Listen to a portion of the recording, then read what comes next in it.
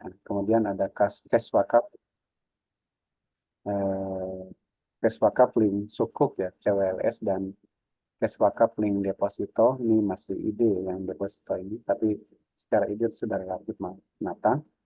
Terus ada wakaf manfaat investasi dan manfaat asuransi. Bapak Ibu sekalian, kalau kita lihat dari segi teori yang relevan ya, jadi ada beberapa kaidah fikih yang bisa kita turunkan menjadi teori. Yang pertama adalah al-insan madaniyun bitab'i. Ini dari Ibnu Khaldun dalam Muqaddimahnya. Beliau mengatakan bahwa manusia adalah makhluk peradaban, artinya makhluk kreatif, makhluk yang melaksanakan apa yang dia pikirkan gitu ya, dan makhluk yang tentu inovatif. Kemudian teori perubahan hukum, di sini ada tabwirul ahkam di tabwirul azminati wal amkinati wal ahwal wal awaid. Ada juga kaidah tabwirul fatwa di tabwirul azminati wal amkinati wal ahwal wal awaid. Kemudian ada tauqifi istihadi, ada majalul istihad dan bukan majalul istihad. Kemudian sistem hukum terbuka ya. Kita juga tahu ada hurriyatut ta'aqqud atau kebebasan berkontrak, sehingga dikenal dengan al-uqud al-mustahdasah atau akad baru. Dan kita juga mengenal sistem hukum tertutup ya. Ini bukan benda ya, tapi benda. Di mana hukum tertutup itu segala sesuatu itu ditentukan oleh syari ya. Syari itu berarti oleh Allah dan Rasul atau oleh mujtahid ya, dalam hal yang termasuk wilayah istihad. Sebentar, ini ada sama dulu.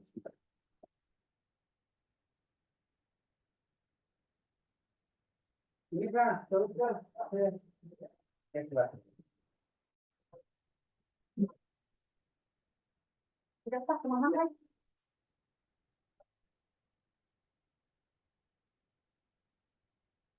maaf terganggu nih, ada tamu sebentar.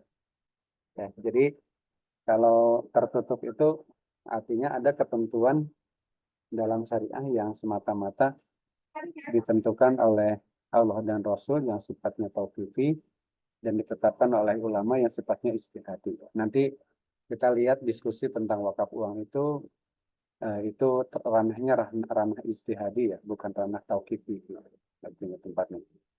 Kemudian ada teori tentang darul mafasid wa jalbul masalih.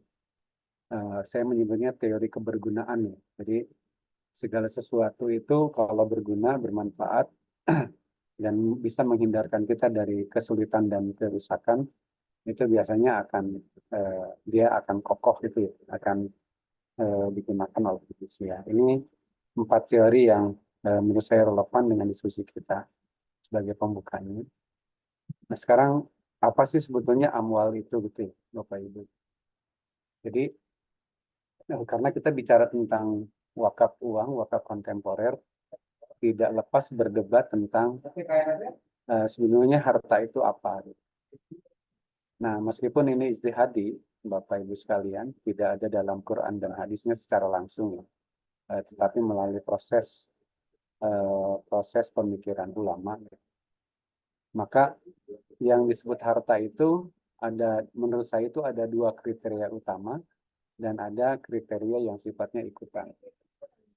Jadi yang pertama yang disebut dengan harta itu adalah ma yamilul insanu ilaihi bitab'i.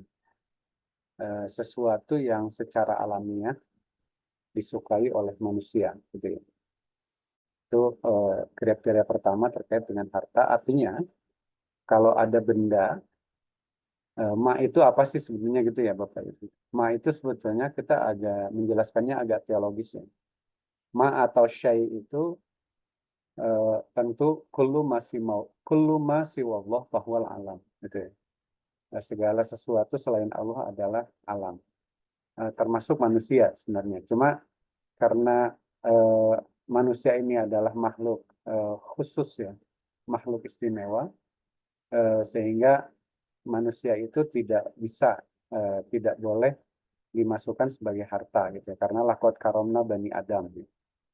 Sehingga benda fisiknya saja, bagian tubuh fisik kita saja itu pada saat terjadi operasi ya ada sisa-sisa anggota badan gitu ya di rumah sakit dan seterusnya, itu ada ketentuan khusus sebagai bagian dari penghormatan kita terhadap manusia. Oleh karena itu ketika ma itu apa di sini, jawabannya adalah selain Allah dan manusia gitu ya. Jadi maknya di sini selain Allah dan manusia. Jadi ma yamilul insanu ilahi bitobni, sesuatu yaitu selain Allah dan manusia yang disukai oleh manusia secara alami gitu, secara alamiah. Nah, terkait penjelasan ini Bapak Ibu sekalian, mungkin suka tidak suka terhadap sesuatu itu sifatnya relatif ya, dan bisa jadi kesukaan itu atau ketidaksukaan itu juga bergantung pada kondisi atau keadaan. Tetapi dalam Quran ada informasi bahwa kehidupan manusia itu dihiasi dengan suka kepada benda. Jadi zuyyina linnas hubbu syahawati minan nisa wal banin wal qanatiril muqantarah minaz zahab wal fiddah wal khailil musawwamah wal an'am wal has. Jadi manusia itu hidupnya dihiasi dengan suka kepada muqantarah minaz zahab ya. Jadi yang pertama adalah orang suka terhadap emas gitu. Wal fiddah dan perak, wal khail, dan khail itu artinya bisa jadi kendaraan gitu ya. Wal an'am hewan ternak, dan wal hars kalau kita terjemahkan mungkin sawah atau tempat bercocok tanam. Itu yang ada dalam Quran gitu ya. Jadi kira-kira Al-Quran menginformasikan kepada kita bahwa manusia secara alami itu suka kepada emas dan perak, hewan ternak, ladang gitu ya, dan kendaraan. Nah itu, tapi jangan lupa bahwa suka tidak suka, cinta tidak cinta itu adalah bisa jadi tidak sama antara satu masyarakat dengan masyarakat yang lain. Kalau saya melihat, kalau menggunakan teori Ibnu Khaldun, suka tidak suka itu sangat bergantung kepada peradabannya gitu ya. Dan tentu tingkat kebermanfaatannya, karena bermanfaat sesuatu, kebermanfaatan sesuatu itu sangat bergantung pada kecerdasan manusia itu sendiri yang kemudian turun menjadi peradaban, apa yang dipraktekkan oleh mereka. Nah, yang kedua, teorinya itu adalah mengatakan yang disebut harta itu adalah mayubahu intifa'u bihi syar'an fil ikhtiar atau fi sa'atil ikhtiar. Jadi sesuatu yang disukai, suatu benda yang boleh dimanfaatkan oleh manusia berdasarkan ketentuan syariah pada saat leluasa, gitu ya. Jadi benda itu di sini nanti kita sudah ada pintu masuknya. Tidak bisa disebut benda kalau tidak ada manfaatnya. Itu pertama. Yang kedua, manfaatnya itu adalah manfaat yang boleh secara syariah, gitu ya. Jadi kalau syariah menyatakan tidak boleh dimanfaatkan atau diambil manfaatnya pada saat leluasa, itu artinya tidak termasuk harta. Gitu ya. Dan kalau ada benda yang hanya boleh dimanfaatkan pada saat darurat atau al-hajah, maka itu juga tidak disebut dengan harta. Gitu ya. Jadi Bapak Ibu sekalian, mayubahu intifa'uhu bihi syar'an fil ikhtiyar itu menegaskan bahwa hanya benda yang bermanfaatlah gitu ya, yang akan menjadi harta, dan manfaat tersebut harus manfaat yang boleh berdasarkan ketentuan syariah. Nah, di sini Bapak Ibu sekalian, saya bilang tadi ada yang masuk wilayah tauqifi berdasarkan Quran dan Sunnah, ada yang wilayahnya istihadi gitu ya, karena berdasarkan nalar yang dilakukan oleh ulama.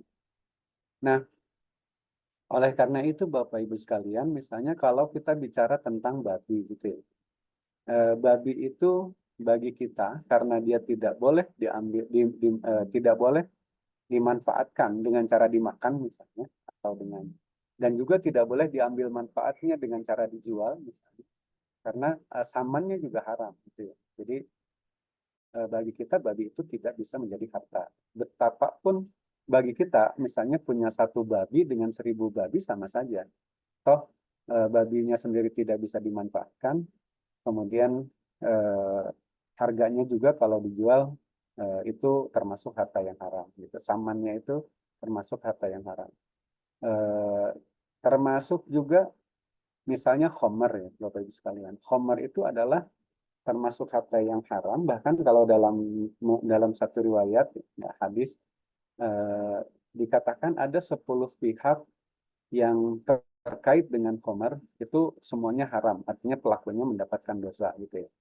Mulai dari berkebun anggur ya, itu pada prinsipnya adalah halal. Tetapi kalau kita berkebun anggur dalam posisi sebagai pemasok eh, terhadap pabrik khomer, maka berkebun anggurnya sudah haram. Ya. Nah, mulai dari yang memindahkannya, mengubahnya, yang bekerja, yang mencatat gitu ya, dan seterusnya. Jadi ada 10 pihak sampai yang meramunya, menyajikannya, yang meminumnya gitu ya, dan seterusnya. Itu ada dalam hadis. Ya. Kemudian kalau riba itu kan yang haram atau berdosa itu kan cuma 4. Yang satu pelakunya, yang kedua yang memakannya, yang ketiga adalah katibnya ya, notarisnya atau pencatatnya. Yang keempat adalah apa, saksinya ya, syahidnya gitu ya. Nah ini kita tempatnya tuh di sini. Jadi kalau kita gunakan kriteria yang kedua ini, saya menyebutnya kriteria utama ya, karena menurut saya kriteria utama itu cuma 2, yaitu mayamilu insanu ilahi bitab'i, yang kedua mayubahu intita'u bihi syara'an, fil ikhtiar pada saat berdosa. Nah kemudian ulama Hanafi, Bapak Ibu sekalian, mengenalkan istilah mal mutakawam. Jadi sebagai mal mutakawam itu kalau terjemahan harfiahnya adalah mutakawam itu berasal dari kata qimah ya. Qimah itu artinya bernilai. Nah, dalam pandangan ulama Hanafi sebagaimana dijelaskan dalam kitab Majalatul Ahkam Al-Adliyah, yang namanya mutakawam itu ada dua dimensi ya, atau 2 ketentuan. Yang pertama adalah mayubahu intipauhu bihi syar'an fi sa'atil ikhtiyar, ya sebagaimana tadi kriteria utama. Yang kedua harus ada konsep al-ikhraj. Ya. Al-ikhraj itu artinya eh, apa? Dikuasai ya. Jadi Bapak Ibu kalau ikan ya di laut itu bukan harta karena dia belum kita kuasai. Tapi kalau ikan itu sudah berhasil kita jebak dengan cara dipancing misalnya, atau dengan cara dijala atau dijaring, atau dengan cara apapun gitu ya, maka kemudian ikan itu menjadi harta. Gitu. Jadi di sini ada yang disebut dengan penguasaan dari sudut subjeknya. Makanya ketika kita menyebut harta, itu selalu dihubungkan dengan manusia. Yang berikutnya adalah suatu benda dapat dijadikan harta jika dia sah menjadi objek hak. Gitu. Di sini saya kutip dari Imam Asy-Syatibi. Tentu kita tahu Imam Asy-Syatibi itu ulama Malikiyah ya, dari Eropa, dari Andalusia. Dia punya kitab yang namanya Al-Muwafaqat fi Ushulil Ahkam, dan yang satu lagi sebenarnya kitabnya sama ya karena tahqiqnya dilakukan oleh yang berbeda sehingga judulnya berbeda. Yang satu Al-Muwafaqat fi Ushulil Ahkam, yang satu Al-Muwafaqat fi Ushul Syariah. Dia mengatakan yang disebut dengan harta itu adalah sesuatu yang apa namanya dapat menjadi objek hak gitu. Nah, yang kedua, karena dia objek hak dimiliki oleh seseorang, maka dia dapat mencegah pihak lain untuk melakukan tasarruf terhadap harta itu. Gitu ya. Nah, jadi di samping itu juga di sini dikatakan al-malu mahallul milki. Ya. Jadi harta itu adalah tempat terjadinya kepemilikan. Terus yang berikutnya, Bapak Ibu sekalian, ada teori namanya idhor. Ya. Idhor itu adalah ini penjelasan dari Ibnu Nujaim ya. Untuk kita tahu Ibnu Nujaim itu adalah ulama Hanafi ya. Di antara kitabnya adalah Al-Ashbah wa Nadzair. Dia mengatakan ma yamilu ilahi tab'ul insan wa yumkinu iddikharuhu liwaqtil hajah gitu ya.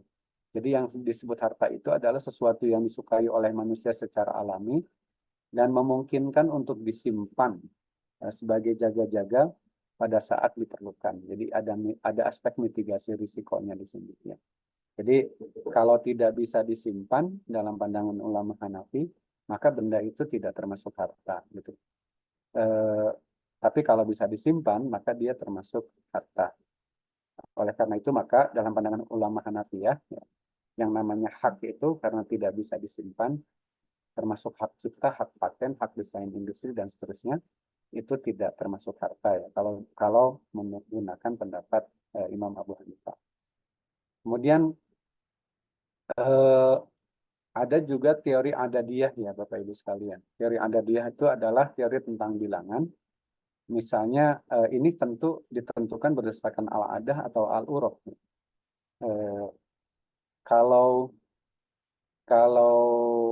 1 liter atau 1 kilo gabah itu bisa disebut harta ya, berdasarkan uruf kita, atau 1 gelas gabah juga bisa kita sebut harta. Tetapi sebiji gabah itu tidak termasuk harta berdasarkan uruf gitu, berdasarkan kebiasaan ini.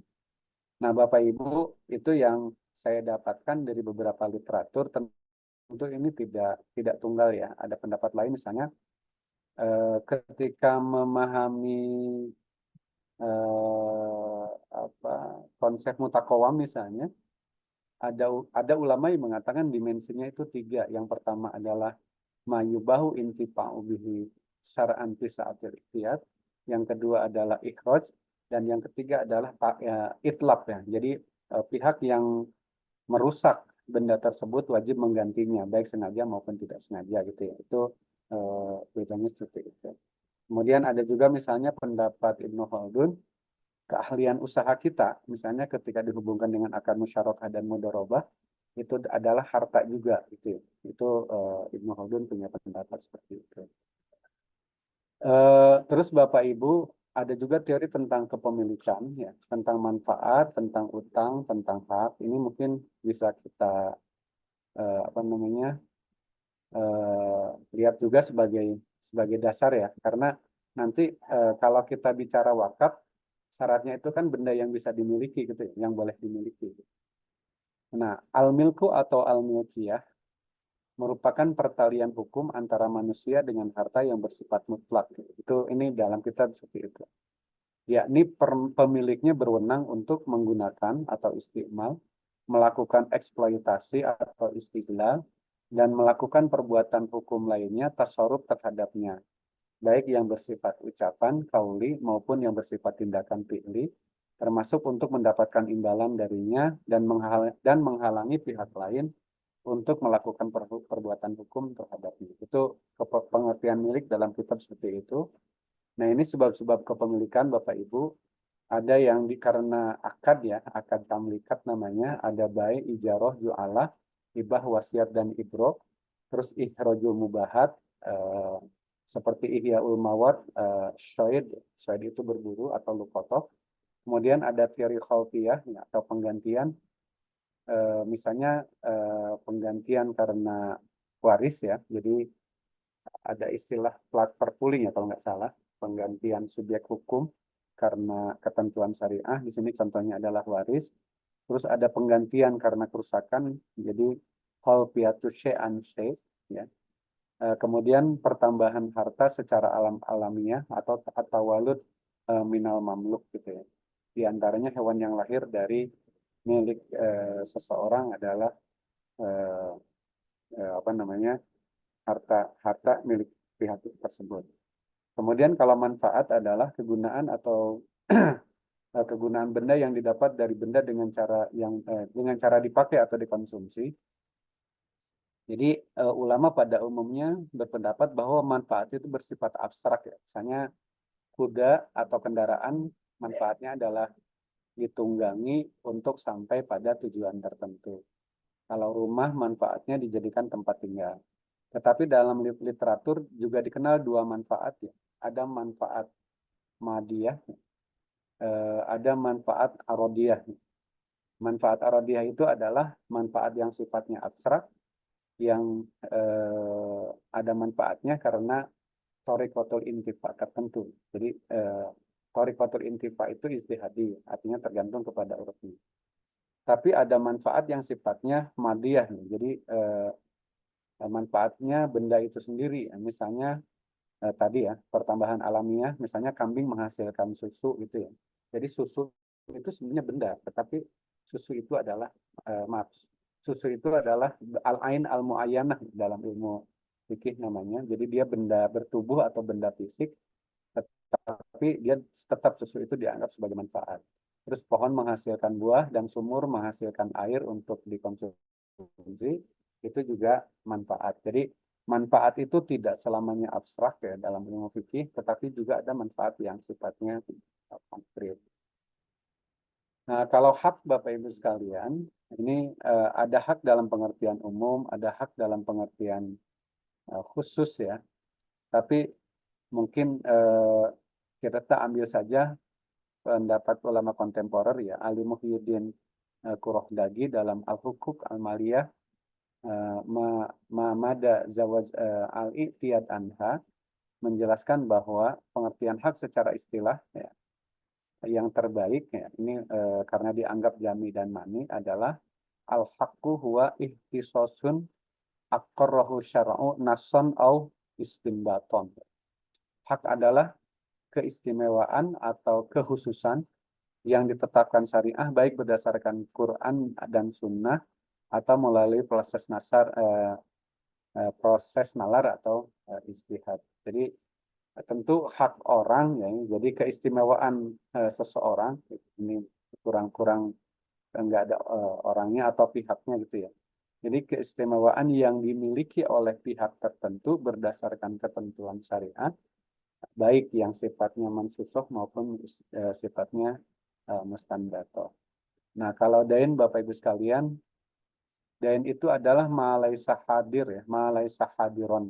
Jadi sesuatu yang tidak hadir bersifat goib, tetapi dain juga sebetulnya bisa dilihat kalau dilihat di literaturnya itu adalah dain itu adalah kullu malin sabata fi zimmah bahwa dainun. Setiap harta yang ada dalam zimmah adalah utang gitu. Nah, zimmah itu apa? Ini agak susah diterjemahkan ya. Zimmah itu sebetulnya azimatu hiya wi'aun muqaddarun fil insan tusagiluhul huquq allati hiya alaih. Zimmah itu adalah wadah yang dianggap ada pada manusia sebagai subjek hukum yang berisi hak-hak orang lain atau pihak lain yang menjadi kewajibannya. Nah, makanya zimmah ini agak susah diterjemahkan. Saya sering memakainya itu adalah menjadi tanggung jawab, dan kalau tanggung jawab berarti zimmah itu sama dengan ahliyatul wujub wal ada dalam ilmu ushul fikih. Sementara fuqaha Malikiyah mengatakan azimah merupakan hal yang dianggap diwajibkan pihak tertentu atas dasar komitmen hati. Azimatu hiya amrun taqdiriyun yufriduhul adzihnu, bukan termasuk fisik dan sifat manusia. Jadi ini zimah ini masih kurang dikenal ya oleh publik. Nah, Bapak Ibu sekalian, kemudian kita masuk pada ragam amwal. Jadi ragam amwal itu berdasarkan literatur yang saya baca ada tiga, Bapak Ibu. Yang pertama ada mal mutakawam dan mal ghair mutakawam. Ya. Tadi kita tahu mutakawam itu ada 3 dimensi. Pertama ma yubahu intifa'u bihi syar'an fi sa'atil ikhtiyar. Yang kedua adalah ifraj, dan yang ketiga adalah itlaq menurut satu versi. Dan kalau itu tidak terpenuhi berarti termasuk mal ghair mutakawam. Terus ada mal misli, mal ilmi ya. Ada benda yang atau harta yang ada padanannya di publik, dan ada benda yang tidak ada padanannya di publik. Nanti ketentuan syariahnya adalah kalau kita secara sengaja atau tidak sengaja merusak benda milik tertentu, milik pihak tertentu, kemudian malnya itu, benda yang kita rusak itu termasuk mal misli, maka kita wajib menggantinya dengan benda yang ada di pasar itu, dengan cara membeli tentu atau dengan cara yang lainnya untuk dicarikan gantinya.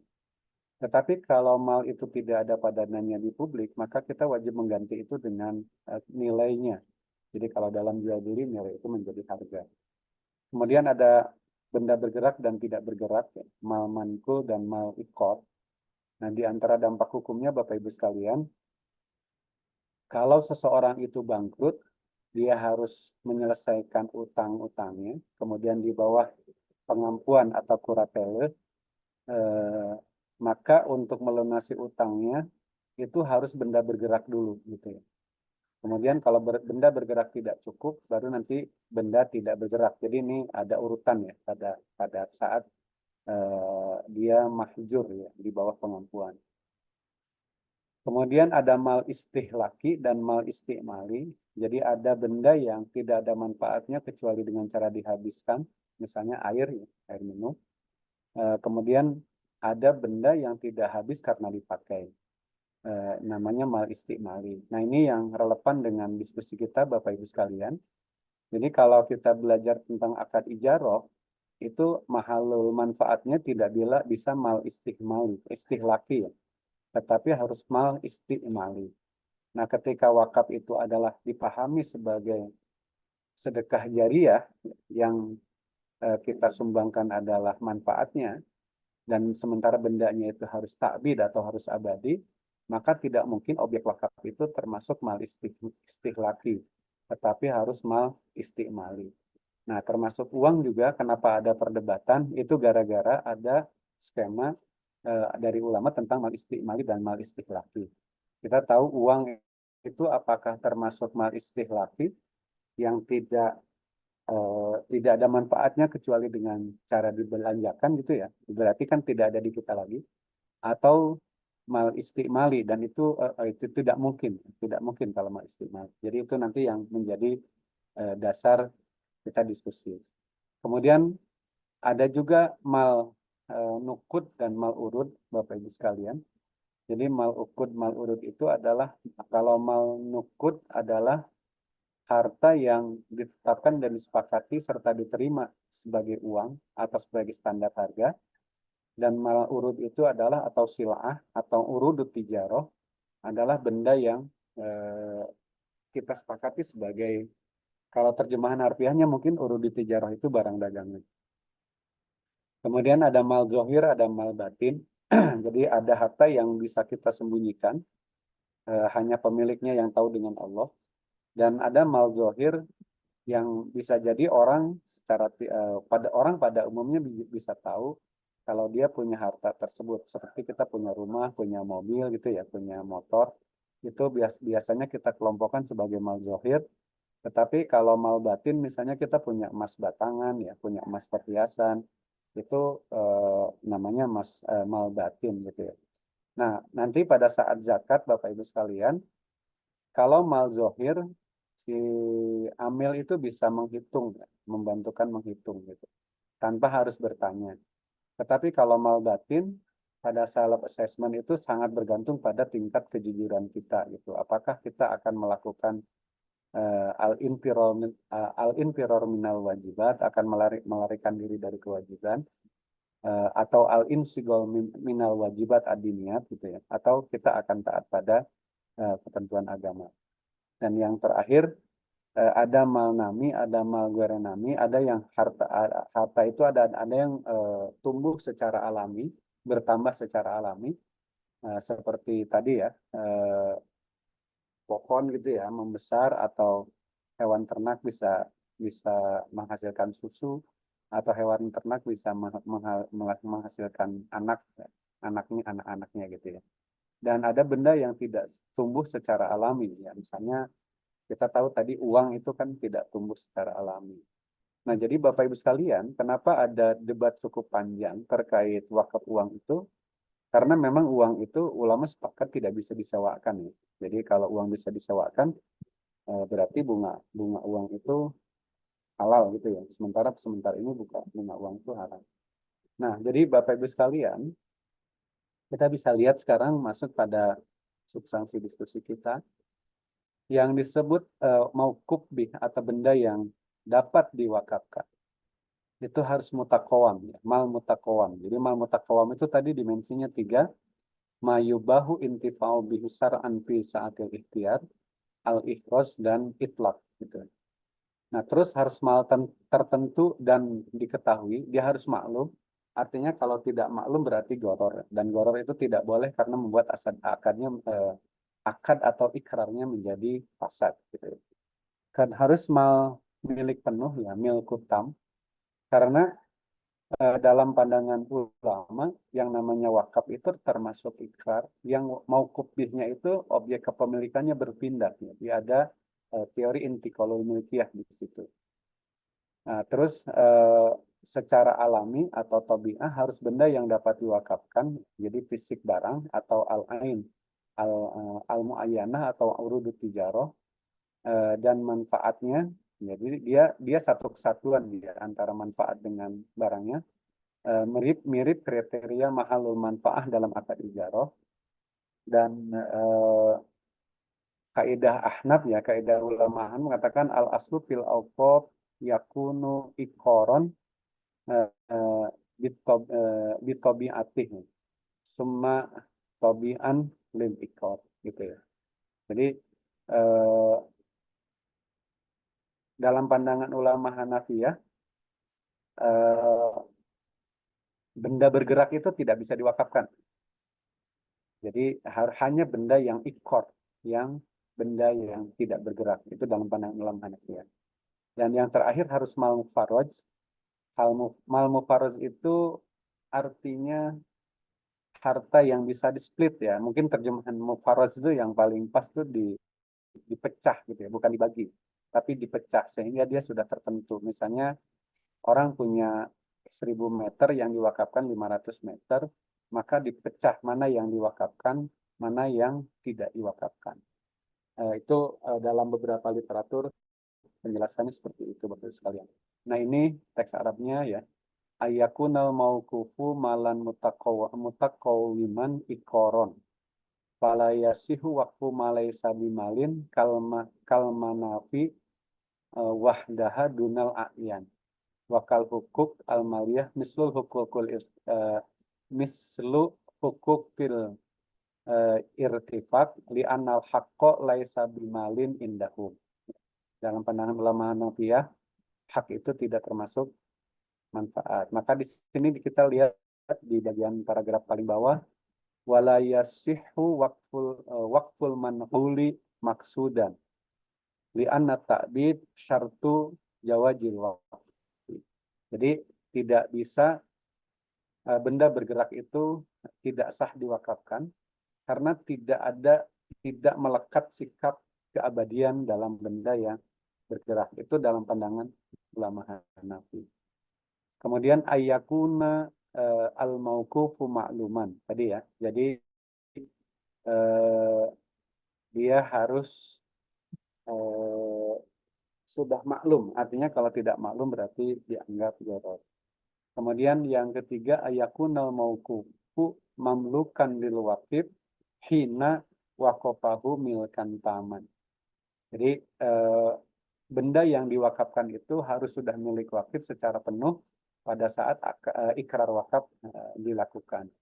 Dan di sini dikatakan la hiyarofihi tidak berlaku ketentuan khiyar sebagaimana dalam jual beli. Terus ayakunal mauqufu mufarrojan tadi harta yang diwakafkan itu harus harta yang bisa dipisah, displit, displit gitu.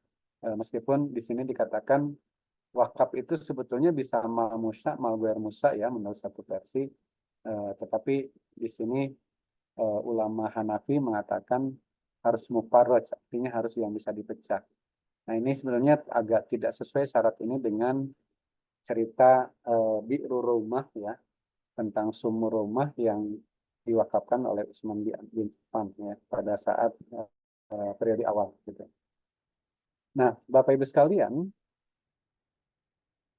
akibat hukum iqrar wakaf yang dilakukan oleh wakil itu diikhtilafkan oleh ulama, jadi tidak sama. Ulama Syafi'iyah atau jumhur ulama berpendapat bahwa akibat hukum iqrar wakaf adalah intiqalul milkiyah, yaitu benda yang diwakafkan yang awalnya milik wakil berubah menjadi milik umum atau milkullah. Ulama Hanafiyah dan Malikiyah menganggap bahwa ikrar wakaf sama dengan akad al-ariyah. Jadi kalau kita baca kitab Al-Mabsut di bagian atas tentang kitabul wakfi atau kitabul wakfi ya kalau nggak salah kalau Al-Mabsut, karena kalau di kitab lain kadang-kadang judulnya itu adalah kitabul ahbas. Itu ada al-waqfu kal-ariyah, teksnya seperti itu. Karenanya benda yang diwakafkan tetap menjadi milik wakil. Jadi sebagaimana benda yang kita titipkan itu kita pinjamkan, maaf, itu tetap masih menjadi milik pihak yang meminjamkan dan tidak berubah menjadi milik umum. Kecuali wakaf yang ditetapkan oleh qadhi atau negara sebagai wakaf mu'abbad. Ini berarti kalau undang-undang sudah menentukan dia sebagai akad mu'abbad, ya harus taat pada undang-undang, kira-kira begitu. Kemudian wakaf untuk masjid itu sifatnya mu'abbad, wakaf untuk makbaroh juga sifatnya mu'abbad, dan wakaf melalui institusi wasiat atau kita mengenalnya wakaf wasiat itu juga sifatnya mu'abbad. Jadi tidak semua wakaf dalam pandangan ulama Hanafi terutama itu sifatnya mu'aqqad. Nah, kemudian kita juga mengenal istilah wakaf mu'abbad dan mu'aqqad. Jumhur ulama hanya mengakui wakaf mu'abbad, tidak berbatas waktu. Jadi suatu benda sekali diwakafkan ya selamanya menjadi mauqufi. Sementara ulama Malikiyah berpendapat bahwa ini juga termasuk Hanafiyah sebenarnya. Benda yang diwakafkan masih tetap milik wakif dan boleh diwakafkan dalam jangka waktu tertentu atau muddah muayyanah. Kita mengenalnya dengan istilah wakaf muaqqad ya. Wakaf temporer, temporali ya. Temporal gitu. Tadi kecuali wakaf untuk masjid. Jadi yang dikecualikan di atas tetap ada. Nah, di negara kita karena sudah diberlakukan Undang-Undang Wakaf, yaitu Undang-Undang Nomor 41 Tahun 2004 dan PP Nomor 42 Tahun 2006 tentang pelaksanaan Undang-Undang Nomor 41 Tahun 2004, ditetapkan bahwa uang boleh diwakafkan secara mu'abbad dan boleh diwakafkan secara mu'aqqad. Sementara selain uang, itu hanya boleh diwakafkan secara mu'abbad. Meskipun demikian, Bapak Ibu, sebetulnya kita masih bisa menggunakan institusi lain untuk beribadah meskipun tidak menggunakan kata-kata wakaf. Kita bisa menggunakan institusi ariyah sebetulnya atau i'aroh ya, untuk wakaf benda selain uang secara mu'aqqad ya. Insya Allah pahalanya juga sama sebenarnya. Tapi kalau dia tidak disebut wakaf karena dari segi ilmu hukum sebetulnya kita pada umumnya menganut pendapat ulama Syafi'iyah ya, yang menganut kaidah al-ibrah fil uqud bil alfaz wal mabani la bil maqasid wal ma'ani. Sementara jumhur menganut pendapat al-ibrah fil uqud bil maqasid wal ma'ani la bil alfaz wal mabani gitu ya. Itu dasarnya. Nah, jadi Bapak Ibu sekalian, kalau kita bicara takbir, ini sumbernya. Jadi di sini ada, ini saya foto dari Imam Kitab Bukhari. Di sini ada hadis dari tentang Umar. Dia mewakafkan tanahnya di Hebat. Tanah itu yang sangat dia sukai. Kemudian dia bertanya kepada Rasulullah SAW tentang perbuatan hukum terbaik yang bisa dilakukan terhadap tanah itu. Kemudian Rasul bersabda, in syi'ta habbasta aslaha wa tasaddaqta biha. Nah, teks lain wa tasaddaqta sama rotaha. Jika engkau berkehendak, engkau tahan pokoknya. Nah, ini ahbas atau ta'bid itu di sini. Pokoknya engkau tahan, engkau abadikan. Dan yang disedekahkan adalah hasilnya atau manfaatnya. Nah, ini hadis ini Bapak Ibu sekalian menjadi dasar bahwa kalau eh, manfaat atau samaroh ya, dari harta wakaf itu bukan wakaf, beda dengan ketentuan lain. Ya. Jadi kalau kita menginvestasikan dana wakaf di sektor pasar uang misalnya 100 miliar, kemudian ada jasanya karena akarnya mudorobah misalnya, selama 1 tahun itu sekira-kira setara dengan 6%, berarti ada 6 miliar, maka yang 6 miliar itu bukan wakaf, bukan harta wakaf. Yang harta wakafnya itu tetap 100 miliar tadi. Ya. Dan yang 6 miliar itu adalah menjadi milik atau hak pihak yang ditunjuk yang kita kenal dengan istilah mauquf alaih. Ya. Meskipun yang lebih pas secara bahasa sebetulnya mauquf lah, bukan mauquf alaih. Tapi istilah mauquf lah jarang dipakai dalam beberapa kitab. Nah, kemudian Ibnu Umar menginformasikan, jadi kalau di hadis Rasul itu sebenarnya sampai pada habas ta'aslaha wa tasaddaqta biha. Pada saat patasaddaqo Umaru annahu la yuba'u asluha wa la yuhabu wa la yurasu, itu adalah sudah kaulnya Ibnu Umar. Jadi sudah kaulnya tabi'in gitu ya. Bukan lagi hadis dari dalam hadis sabda Rasulullah. Nah, kemudian di sini dikatakan la junaha alaman waliyaha. Makanya istilah nazir itu dalam pandangan Hanafi tidak dipakai, tapi dipakai itu adalah wali atau mutawali, bukan nazir. Sementara selain Hanafi menggunakan istilah nazir, kita di Indonesia juga menggunakan istilah nazir. Ayyakula bin minha bil ma'ruf au yut'ima sodikon gara mutamawilin bihi. Nah, teks ini diterjemahkan dalam bahasa undang-undang kita menjadi nazir boleh mendapatkan 10% dari hasil investasi dana wakaf itu, atau 10% dari manfaat benda wakaf yang dia kelolanya. Jadi tadi kalau contoh tadi ada wakaf uang 100 miliar, kemudian didepositokan ya, ini yang paling sederhana, terus dalam 1 tahun mendapatkan 6 miliar, maka nadir sebanyak-banyaknya hanya berhak mendapatkan 600 juta dalam 1 tahun. Kira-kira seperti itu ketentuan di undang-undang kita. Nah, ini hadis dari hadis Umar juga, ini dari kitab Muslim. Sama teksnya ya. In syi'ta habasta aslaha wa tasaddaqta biha wa tasaddaqa biha Umar anahu la yubau asluha wa la yutsba'u wa la yurasu wa la yuhabu dan seterusnya. Nah, Bapak Ibu sekalian, tadi kita ini saya fotokopi, saya pindahkan lagi dari awal. Jadi at-ta'bid itu itu menjadi syarat benda wakaf ya, atau mauquf bid. Kemudian apa namanya, kita berikhtilaf, ulama berikhtilaf tentang wakaf uang. Padahal wakaf uang ini adalah, tadi kita sudah baca dari awal, kalau kita menyebut nuqud, lawannya adalah urud. Kemudian kalau kita bicara tentang mal istimali, mal istihlaki, uang itu tidak bisa kita sebut sebagai mal istimali setidak-tidaknya.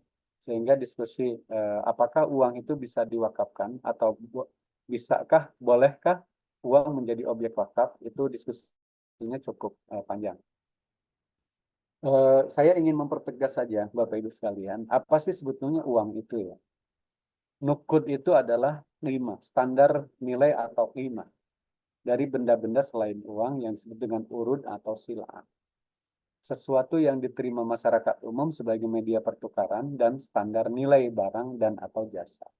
Baik terbuat dari barang tambang, logam maupun terbuat dari benda lainnya, termasuk juga kulit ya, kulit unta, karena Umar bin Khattab itu pernah punya ide akan mengganti uang dari dinar dan dirham, uang dinar dan dirham yang terbuat dari emas dan perak itu dengan kulit unta. Tapi kemudian ide itu tidak dijalankan karena khawatir unta akan habis. Nah, kemudian uang juga dalam sejarah dikenal dengan beberapa istilah. Ada istilah asman atau saman. Kita gunakan istilah ini sebagai apa namanya, sebagai dengan pengertian harga dalam akad jual beli ya. Sebab nanti kalau dalam akad ijaroh dia menjadi ujroh gitu. Kalau dalam akad jualah dia menjadi jual gitu ya. Jadi saman itu biasanya hanya kita pakai untuk akad jual beli, di mana ada mabi, ada yang kita beli, dan ada saman, ada harga gitu ya. Jadi harga itu adalah nilai dari barang yang kita beli. Kemudian ada juga fulusnya. Fulus itu adalah uang yang terbuat dari logam selain emas dan perak ya. Dan juga berlaku sebagai alat bayar. Kemudian dikenal juga sikah ya, atau sukak ya. Untuk dua pengertian, pertama stempel besi untuk mentera mata uang, dan ada juga mata uang dinar dan dirham yang telah dicetak dan distempel. Ini juga istilahnya sikah. Kemudian ada juga istilah umlah ya. Umlah itu adalah satuan mata uang yang berlaku di negara atau wilayah tertentu. Misalnya umlah yang berlaku di Yordan adalah dinar, dan umlah yang berlaku di Indonesia adalah rupiah. Nah, jadi mata uang atau mata uang dalam arti umum sama dengan nukud. Jadi nukud itu atau uang itu dianggap yang paling umum. Kemudian ini yang ulama kontemporer yang pernah kita baca ya, pernah saya baca dan kita jelaskan pengetahuan ini terkait dengan ikhtiar kami ketika membuat fatwa, menyusun fatwa di Ijtima Ulama Komisi Fatwa tentang kripto ya, cryptocurrency, uang kripto. Nah, kita merujuk kepada pendapat Muhammad Rawas Qol'aji, kitabnya namanya Mu'amalatul Maliyah Mu'asirah fi Daw'il Fiqh wa Syariah. Dia disebut dengan madhab legal. Dia mengatakan bahwa yang disebut uang itu mesti diterbitkan oleh pihak otoritas. Kalau di Indonesia itu berarti diterbitkan oleh Bank Sentral, yang kemudian dijadikan standar nilai. Dan kalau toh ada barter, menukar kelapa dengan kelapa, dalam pandangan Muhammad Rasulullah, kelapa itu adalah pengganti dari uang pada saat posisi sebagai harga. Kemudian diterima oleh masyarakat gitu ya, tadi ya diterbitkan oleh pihak tertentu, kemudian diterima oleh masyarakat, dan pada umumnya uang itu tidak bisa dimanfaatkan secara langsung gitu, pada umumnya seperti itu. Oleh karena itu tadi saya bilang uang itu tidak bisa disewakan, meskipun nanti diskusinya ada tersendiri. Nah, kemudian wakaf uang atau wakfun nuqud termasuk majalul ijtihad. Ya, L-nya kelas 1, mohon maaf. Sehingga ulama berbeda pendapat terkait hukum wakaf uang. Ulama Hanafiyah dan kawan-kawan itu berpendapat bahwa uang tidak dapat dijadikan objek wakaf, baik berupa dinar, dirham, maupun uang kertas. Gitu ya. Sementara Imam Zufar, Imam Muhammad Ibnu Abidin, Ibnu Nujaim, dan sebagian ulama Hanafiyah. Jadi tiga ulama ini, Zufar, Ibnu Abidin, dan Ibnu Nujaim itu Hanafiyah ya, tiga-tiganya.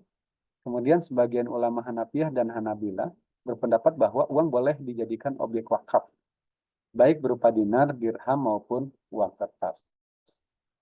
Dalil atau argumen bolehnya wakaf uang adalah bahwa uang itu merupakan benda yang tidak ta'bid, tidak bako ainihi, yaitu termasuk istihlaki, atau manfaatnya tidak ada kecuali dengan cara dihabiskan, itlaf, bukan termasuk benda inkor, benda tidak bergerak, dan juga tidak termasuk benda istimali.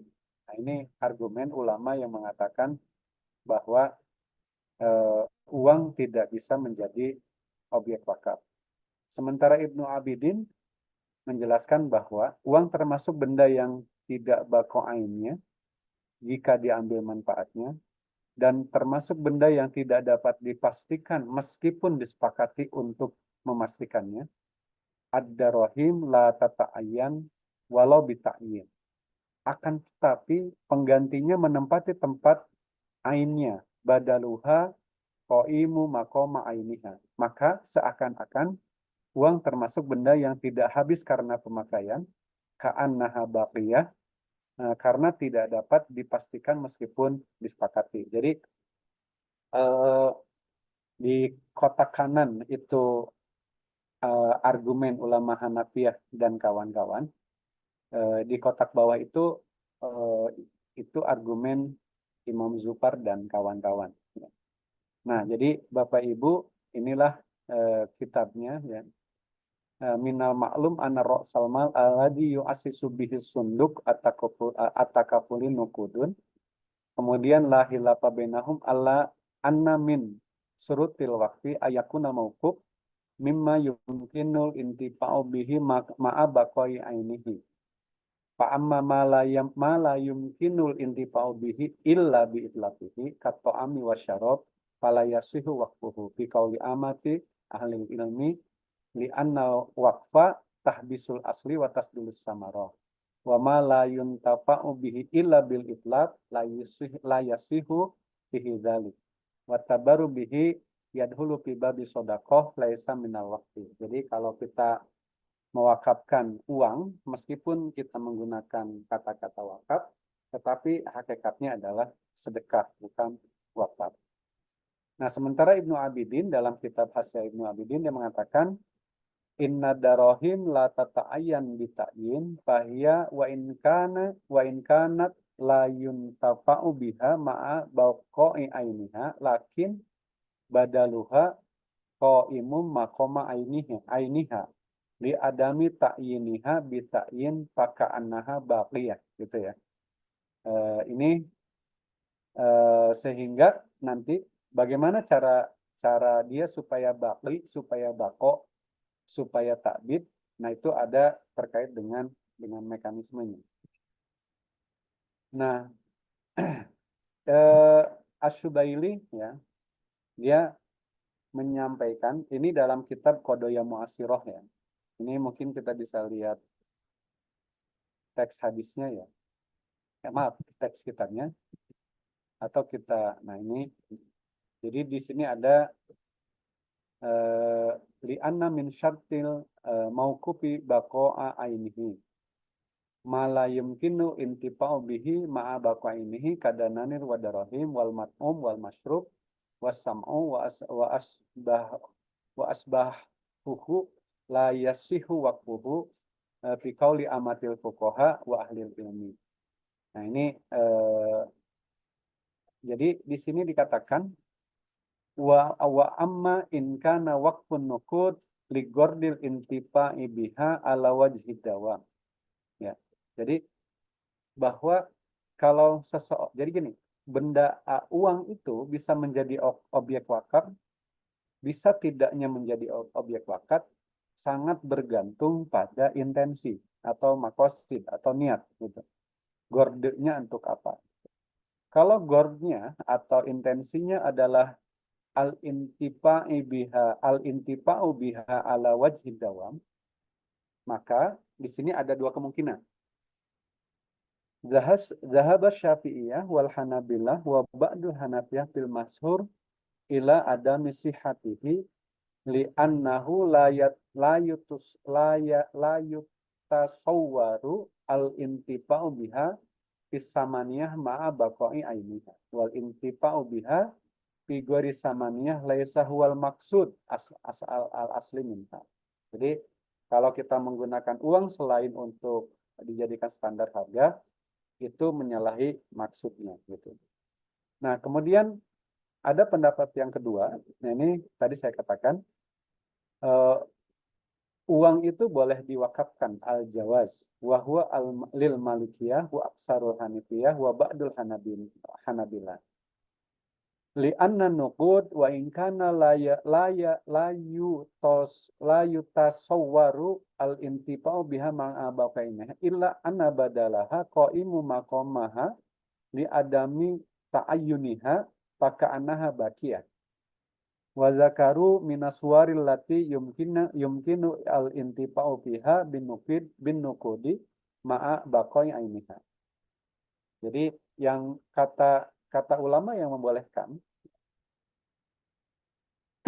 Ibnu Nujem, Ibnu Abidin dan kawan-kawan. Pertama, kalau kita mewakafkan uang, maka uang itu harus dijadikan tahalli wal wazni.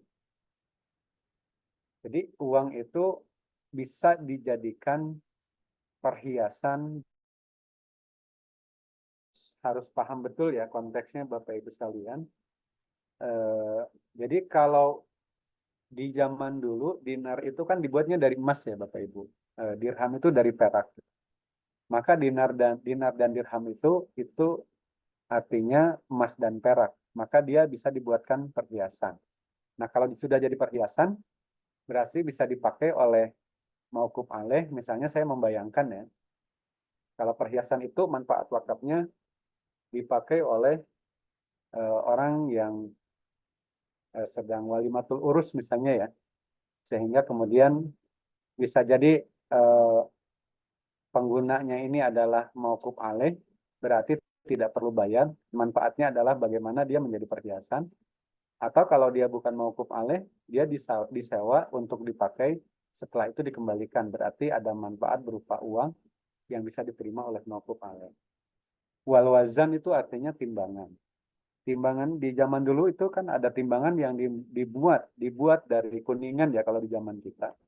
Itu manfaatnya adalah untuk menimbang. Nah, kalau kita punya timbangan kan bisa disewakan gitu ya Bapak Ibu. Jadi kalau dinar dan dirham, emas dan perak yang sudah diubah menjadi perhiasan dan menjadi timbangan, dan kita tahu timbangan bisa digunakan untuk menimbang dan bisa juga disewa ya. Tadi berarti ada manfaat berupa uang yang bisa diterima oleh mauquf alaih. Itu penjelasan pertama. Yang kedua, wa waqfuha lil mudorobah biha. Jadi dana wakaf digunakan sebagai akad disalurkan dengan akad mudorobah. Summa yusorrifu ribuha alal mauquf alaih. Kemudian hasil usahanya yang menjadi hak wakaf atau sahibul mal ya, karena dibagi dua dengan mudorib, maka kemudian menjadi haknya mauquf alaih. Nah, tentu mudorobah adalah pintu untuk menyalurkan dana. Substansinya bukan di mudorobahnya, tetapi dijadikan roksul mal atau dijadikan modal usaha, baik dengan akad dengan akad bagi hasil musyarakah mudorobah, atau dengan akad ijaroh dengan berbagai variannya, maupun dengan akad jual beli, termasuk juga dengan akad murabahah. Nanti keuntungannya dibagi diserahkan kepada mauquf alaih. Yang berikutnya disalurkan dengan cara qard.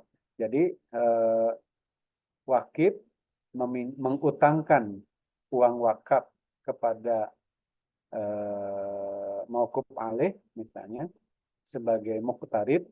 Nah, muqtarid itu berkewajiban mengembalikan dana wakaf kepada nazir pada waktu yang disepakati. Jadi di sini manfaat uangnya itu artinya si muqtarid itu adalah mauquf alaih. Jadi dia bisa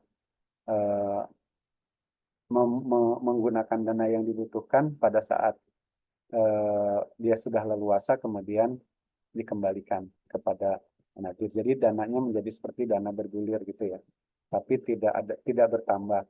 Tapi kalau yang di atas, yang di angka 2, itu bergulir dan bertambah.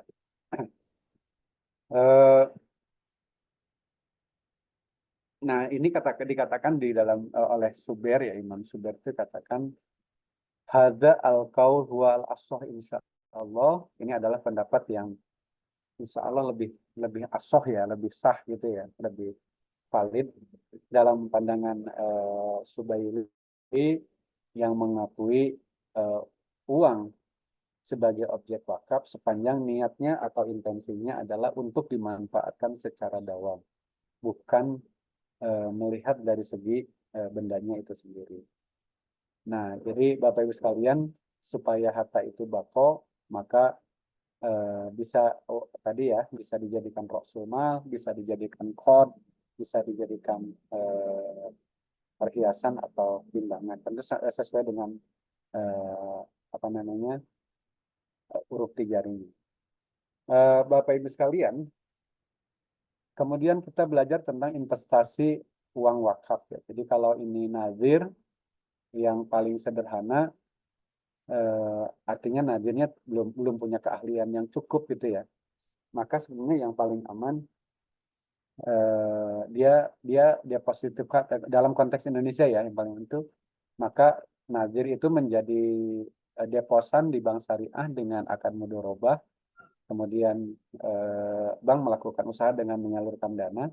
Kemudian ada timbal dari mudharabah yang kemudian menjadi hak apa namanya haknya mauquf alaih. Kemudian bisa juga CWLS ya Bapak Ibu sekalian, nanti kita bisa ini ada pengulangan pembahasan, tetapi substansinya begini. Cash wakaf link sukuk itu adalah nazir, ini praktek ya, ini real yang saya jelaskan. Nazir membeli sukuk yang diterbitkan pemerintah, namanya Surat Berharga Syariah Negara (SBSN). Kupon yang diterima diserahkan kepada mauquf alaih, dalam hari ini Rumah Sakit Mata Wardi di Serang, untuk membayar utang murabahah kepada Bank Syariah atas pembelian mesin pemeriksaan retina. Dan duafa menerima manfaat wakaf berupa pemeriksaan dan pengobatan mata yang sakit yang dibayar dari dana BPJS Kesehatan. Gitu ya. Jadi ini real nih yang saya sampaikan. Terus dari segi konsepnya, Nadir dapat melakukan kegiatan usaha dengan akad jual beli, ijaroh, dan sirkah, baik barang maupun jasa. Nah, namun hal ini belum berkembang ya. Saya dapat informasi PWM Sumbar dari 800 juta, sekarang katanya sudah sampai 2 miliaran lah kurang lebih. Nah, kita boleh belajar ke sana bagaimana menjalankan menjadi nadir yang bisa menyalurkan dana meskipun masih terbatas pada lingkungan internal Muhammadiyah. Ya. Karena PWM-nya itu jadi dibentuk lembaga wakaf, kemudian PWM-nya sebagai domin ya, sebagai kafil, kalau rugi dia yang tanggung jawab. Karena di antara kerumitan investasi dana wakaf itu tidak sesuai dengan kaidah al-kharaz bidoman al-gunmu bil gurmi. Jadi kalau berpotensi untung, ya berpotensi rugi. Kalau ingin mendapatkan keuntungan harus siap kalau rugi. Nah, sementara dana wakaf dia boleh untung tapi tidak boleh rugi karena dia harus takbid ya. Jadi dibutuhkan institusi lain. Nah, diperlukan institusi penjamin terhadap uang wakaf sebagaimana penjaminan LPS terhadap DPK dan penjaminan dana investor di pasar modal guna mendorong tumbuhnya manfaat wakaf karena nadir yang kreatif. Hari ini kan kalau menurut saya masih belum kreatif. Nah, ini kemudian ada wakaf uang dan wakaf melalui uang. Bapak Ibu itu beda sih. Jadi kalau wakaf uang itu perbuatan hukum wakif yang mewakafkan uang miliknya sebagai mauquf. Mauquf dapat dijadikan ra'sul mal baik dengan sirkah, mudharabah atau wakal atau dijadikan qad ya, atau tadi dijadikan perhiasan atau timbangan. Nah, sementara kalau wakaf melalui uang itu misalnya kita akan membuat ma'had ya, pesantren akan membeli tanah misalnya 1 hektar, kemudian 1 meternya itu 1 juta, misalnya dibutuhkan sekian miliar gitu ya. Kemudian setiap orang misalnya ada yang 1 juta, ada yang 5 juta, ada yang 10 juta. Berarti bukan dia wakafnya bukan wakaf uang 10 juta, tetapi wakaf 10 meter gitu ya. Atau 1 juta berarti wakafnya 1 meter gitu. Itu kira-kira gitu ya. Jadi kalau hari ini ada misalnya ingin membuat masjid, butuh tanah, akan membebaskan tanah 200 meter, harganya 200 juta, maka ditawarkan ke masyarakat untuk wakaf. Ada yang 10 juta, berarti bukan wakafnya 10 juta, tapi 10 meter gitu ya. Karena nanti duitnya digunakan untuk membeli tanah yang akan dijadikan masjid. Nah, terus Bapak Ibu ada sukuk wakaf dan wakaf sukuk. Nah, saya tidak tahu ya Bapak Ibu, mungkin sudah ada yang punya pengetahuan yang cukup tentang sukuk. Karena di dalam literatur kadang-kadang ketukar antara sukuk dan obligasi. Jadi pada awalnya sebelum istilah sukuk digunakan sebagai surat berharga syariah ya, dikenal istilah sukuk, itu dikenal juga sebetulnya obligasi syariah dulu tuh ya. Jadi awalnya seperti itu. Nah, obligasi merupakan surat utang yang diterbitkan oleh institusi atau entitas. Jadi bisa jadi surat utang negara atau surat utang korporasi ya. Lebih dari 1 tahun. Kalau di bawah 1 tahun kan bukan di pasar modal ya Bapak Ibu, tapi di pasar uang untuk memenuhi sejumlah kebutuhan. Misalnya obligasi negara atau surat utang negara atau kita mengenal juga dengan SUN merupakan surat utang yang diterbitkan pemerintah atas dasar undang-undang sebagai sumber pendapatan negara atau APBN untuk pembangunan. Terus ada juga obligasi bank sentral, ya surat utang negara juga merupakan surat utang yang diterbitkan oleh bank sentral dalam rangka stabilisasi nilai tukar atau kita kenal juga operasi moneter. Kemudian ada juga obligasi korporasi atau surat utang perusahaan, merupakan surat utang yang diterbitkan perusahaan dalam rangka menjalankan bisnis perusahaan. Nah, obligasi syariah ya, atau sukuk, ya sekarang dikenal lebih dengan sukuk atau SBSN ya, surat berharga syariah negara kalau diterbitkan oleh negara, merupakan surat berharga. Jadi belum tentu bersifat utang itu Bapak Ibu sekalian. Karena kalau di konten pasti bersifat utang. Surat berharga yang diterbitkan oleh institusi lebih dari 1 tahun, jadi sama ketentuan 1 tahun ini, untuk memenuhi sejumlah kebutuhan. Kalau SBSN sama ya, surat berharga yang diterbitkan oleh pemerintah atas dasar undang-undang untuk pembangunan. Kalau sukuk bank sentral juga sama, terus sukuk korporasi juga sama. Jadi pengertiannya sama. Jadi dalam rangka menjalankan bisnis, dalam rangka stabilisasi nilai dan nilai tukar dan seterusnya. Nah, kemudian kalau kita bicara sukuk, itu ada proses yang disebut dengan penerbitan sukuk. Ya. Sukuk pada awalnya dikembangkan dan dilaksanakan oleh entitas dengan menggunakan skema jual beli istiqlal atau al-bai wal istiqjar. Jadi Bapak Ibu sekalian, baiul istiqlal atau al-bai wal istiqlal istiqjar itu kira-kira skemanya begini. Negara ini punya aset, misalnya dulu sempat ribut ya di Senayan, Bapak Ibu. Punya aset yang namanya misalnya kantor Kementerian Keuangan. Gitu. Nilainya adalah misalnya 100 miliar. Nah, aset itu dibeli oleh investor sebesar 100 miliar. Berarti harganya 100 miliar.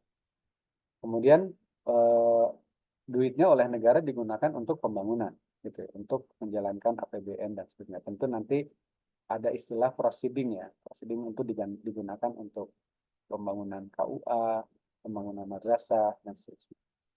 Kemudian pada saat dijual kepada investor, negara berjanji misalnya 5 tahun atau 3 tahun ke depan akan dibeli lagi dengan harga yang sama. Gitu. Jadi dalam hal ini hampir mirip dengan bai'ul wafa. Gitu. Nah, kemudian selama 5 tahun, karena akan dibeli lagi nanti setelah 5 tahun, barang tersebut, kantor tersebut itu disewa oleh negara dengan akad ijaroh. Sehingga investor dapat menerima kupon sebagai imbalan dari surat berharga yang diterima secara bertahap. Biasanya kesepakatannya 3 bulan sekali. Gitu. Nah, nanti pada saatnya 5 tahun ke depan, terjadi namanya redemption, ya dilakukan akad jual beli antara pemerintah dengan investor, pemerintah sebagai pembeli dan investor sebagai penjual. Nah, skema dasarnya seperti itu ya Bapak Ibu sekalian. Terus ini karena nanti kalau sudah menjadi model di penerbitan sukuk negara itu tidak langsung seperti yang saya jelaskan, tapi dia ada perusahaan SPP gitu ya, ada perusahaan penjamin dan seterusnya dan seterusnya. Jadi tidak sesederhana ini. Gitu. Tapi pengetahuan dasarnya kira-kira seperti itu. Nah, kemudian kalau kita bicara sukuk wakaf, itu sebetulnya gini, ide sukuk wakaf itu lahir karena nazir dalam mengelola harta wakaf yang pada umumnya berupa tanah, kesulitan modal kerja Ya, Sultan Mogar Koja dalam rangka atau sebagai bagian dari ikhtiar tanah wakaf itu berfungsi sebagai sesuai dengan tujuan ekonominya, tidak terbatas pada sementara ini kan wakaf tanah itu lebih lebih banyak untuk 3M ya istilahnya, masjid, madrasah, dan makbaroh atau kuburan gitu. Nah kemudian nadir itu bisa menjadi penerbit. Jadi substansinya nadir bisa bekerja sama dengan pihak ketiga karena ini ilmu surat berharga. Bisa menjadi penerbit kalau dia bisa melakukan feasibility study sendiri atau bekerja sama dengan pihak lain. Ya. Kalau ketika nadir tidak bisa melakukan feasibility study terkait dengan potensi usaha, termasuk juga valuasi nilai manfaat tanah wakaf dalam periode tertentu. Jadi Bapak Ibu sekalian, tanah wakaf itu tidak boleh diapa-apain karena dia itu harus takbid. Ya. Dia layu ba'u wala yuhabu wala yurasul. Tetapi manfaatnya itu bisa dinilai gitu ya. Manfaat tanah wakaf itu misalnya 5 tahun itu dianggap berapa. Nah itu ada teori namanya valuasi. Meskipun kalau praktiknya saya belum pernah punya pengalaman memvaluasi nilai tanah wakaf misalnya selama 1 tahun itu berapa gitu ya. Kemudian emiten menawarkan sukuk wakaf kepada calon investor dan investor yang tertarik akan melakukan investasi yang dananya dijadikan modal kerja atau usaha yang dilakukan di atas tanah wakaf. Misalnya, emiten baik nadir maupun selain nadir akan memanfaatkan tanah wakaf dengan cara menjadikannya sebagai lahan parkir kendaraan. Dana yang diterima dari investor digunakan untuk membangun sarana dan prasarana parkir yang akan disewakan kepada pihak lain, misalnya kepada hotel SM karena tidak memiliki lahan parkir misalnya. Sukuk yang diterbitkan dapat menggunakan skema sirkah atau Roksul Mal atau MNQ ya. Roksul Mal berupa manfaat tanah wakaf dan bangunan sarana dan prasarana parkir dibangun dengan menggunakan dana investor untuk disewakan kepada pengguna. Dan ujroh dibagi di antara para mitra atau syarik sesuai dengan nisbah yang disepakati, dan porsi modal milik investor dibeli secara bertahap oleh nadir atas nama wakaf. Kerjasama usaha sirkah berakhir berdasarkan kesepakatan dalam hal seluruh Roksul Mal entitas sirkah telah dibeli dan menjadi milik wakaf. Gitu ya. Jadi ini contoh sederhana tanah wakaf dijadikan lahan parkir ya. Sebab kalau contoh lainnya bisa jadi dijadikan hotel seperti jam-jam tower gitu ya Bapak Ibu sekalian. Itu namanya sukuk wakaf. Nah, sukuk wakaf itu beda dengan wakaf sukuk ya Bapak Ibu. Jadi kalau sukuk wakaf tuh ini ya penjelasannya. Jadi kalau wakaf sukuk penjelasannya adalah perbuatan hukum wakif sebagai pemegang atau pemilik sukuk ya atau sukuk holder, yaitu mewakafkan sukuk miliknya, manfaat wakaf berupa imbalan atau kupon yang diterima oleh mauquf alaih dapat diterima oleh mauquf alaih yang ditunjuk, dan sukuk berubah menjadi uang dalam hal penerbit membelinya dari investor atau nadir, dan nadir dapat menginvestasikannya kembali kepada sektor pasar uang, pasar modal, dan atau usaha real lainnya dalam hal wakaf sukuk yang dilakukan bersifat abadi muabad atau mengembalikan dana tersebut kepada wakif dalam hal wakaf sukuk yang dilakukan bersifat temporal atau muabad. Dan sukuk pada prinsipnya berbatas waktu ya atau muakkad karena sukuk pasti berbatas waktu. Namun wakaf sukuk dapat dilakukan secara muabad sesuai dengan ikrarnya dengan cara uang wakaf yang diterima dari nadir oleh nadir dari penerbit sukuk diberikan lagi sukuk ya. Nah, jadi posisi sukuk lama diganti oleh sukuk baru sehingga tetap berpotensi menerima kupon sebagaimana penerimaan kupon sebelumnya. Kemudian kita juga mengenal cash wakaf link sukuk dan kita mengenal juga cash wakaf link deposito. Jadi ini cash wakaf link sukuk tadi sudah saya jelaskan ya. Bagaimana dana wakaf dibelikan sukuk, manfaatnya diserahkan kepada mauquf alaih gitu. Kemudian kalau cash wakaf link deposito berarti uang wakaf dijadikan dana pihak ketiga dalam bentuk deposito di bank, kemudian imbalannya menjadi hak mauquf alaih. Sederhananya begitu. Nah, kemudian ada juga wakaf manfaat investasi dan manfaat asuransi ya, Bapak Ibu. Jadi wakaf manfaat investasi ini itu sebetulnya ada semacam varian produk ya di asuransi syariah yang termasuk produk saving yang sebetulnya itu bukan produk asuransi ya yang aslinya, tapi dia adalah produk perbankan. Di mana kita tahu kalau asuransi syariah, seseorang itu mendapatkan sesuatu kalau kalau dia mengalami risiko yang diasuransikan. Tapi kalau tidak mengalami risiko, dia tidak dapat apa-apa. Supaya dapat, maka pada saat orang membayar premi, itu juga dia melakukan semacam tabungan ya, saving seperti deposito gitu.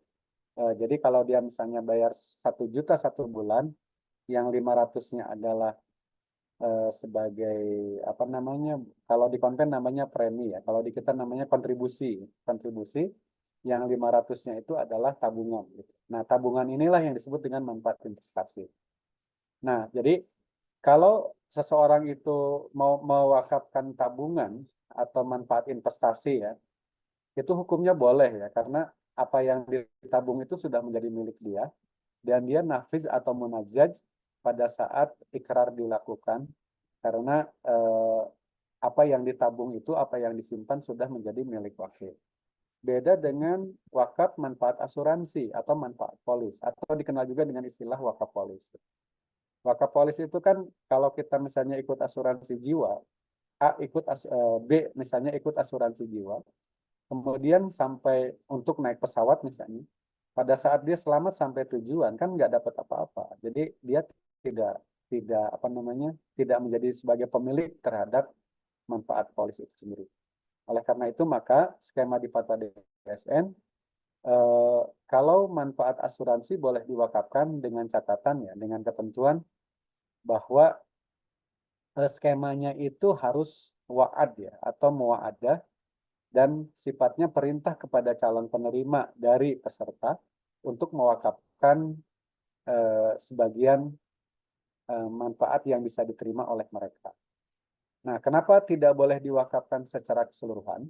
Karena kalau seseorang ikut asuransi, artinya kan sebetulnya dia ikut menjadi peserta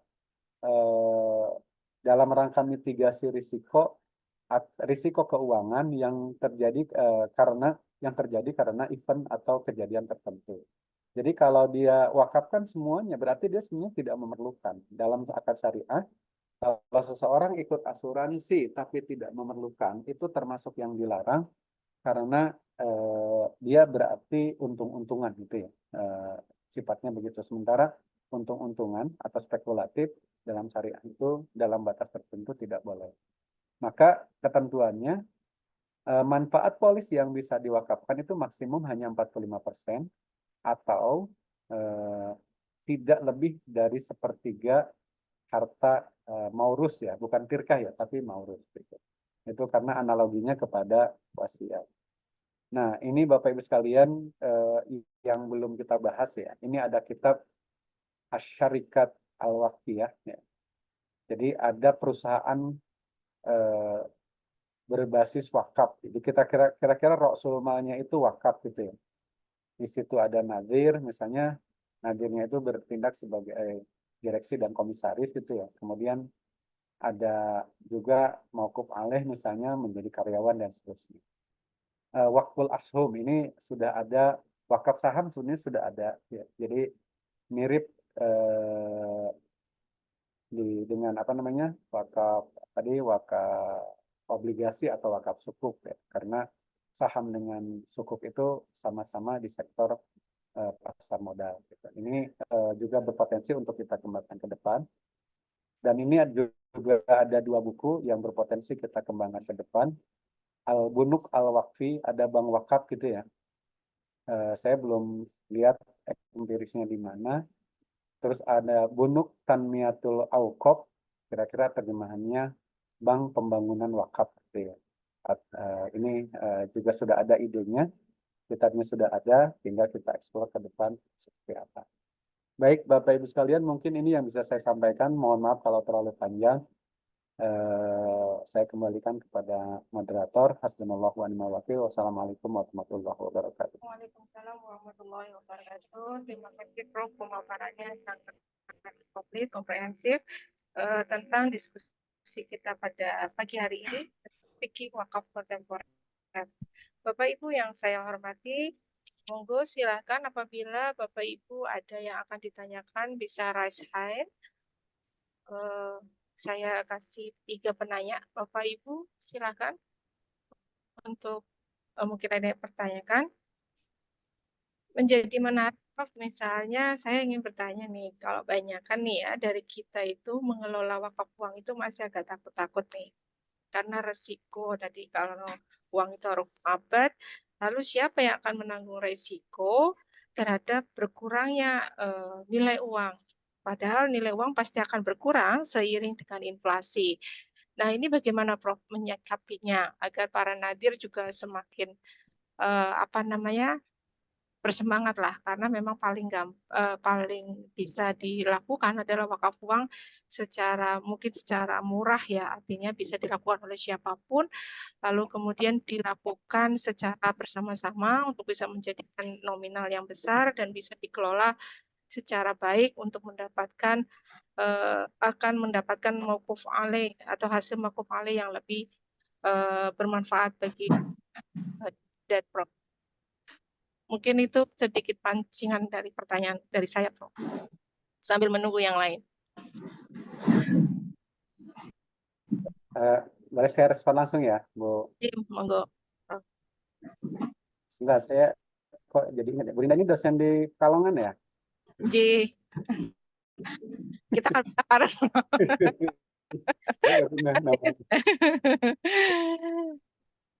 Jadi Monggo.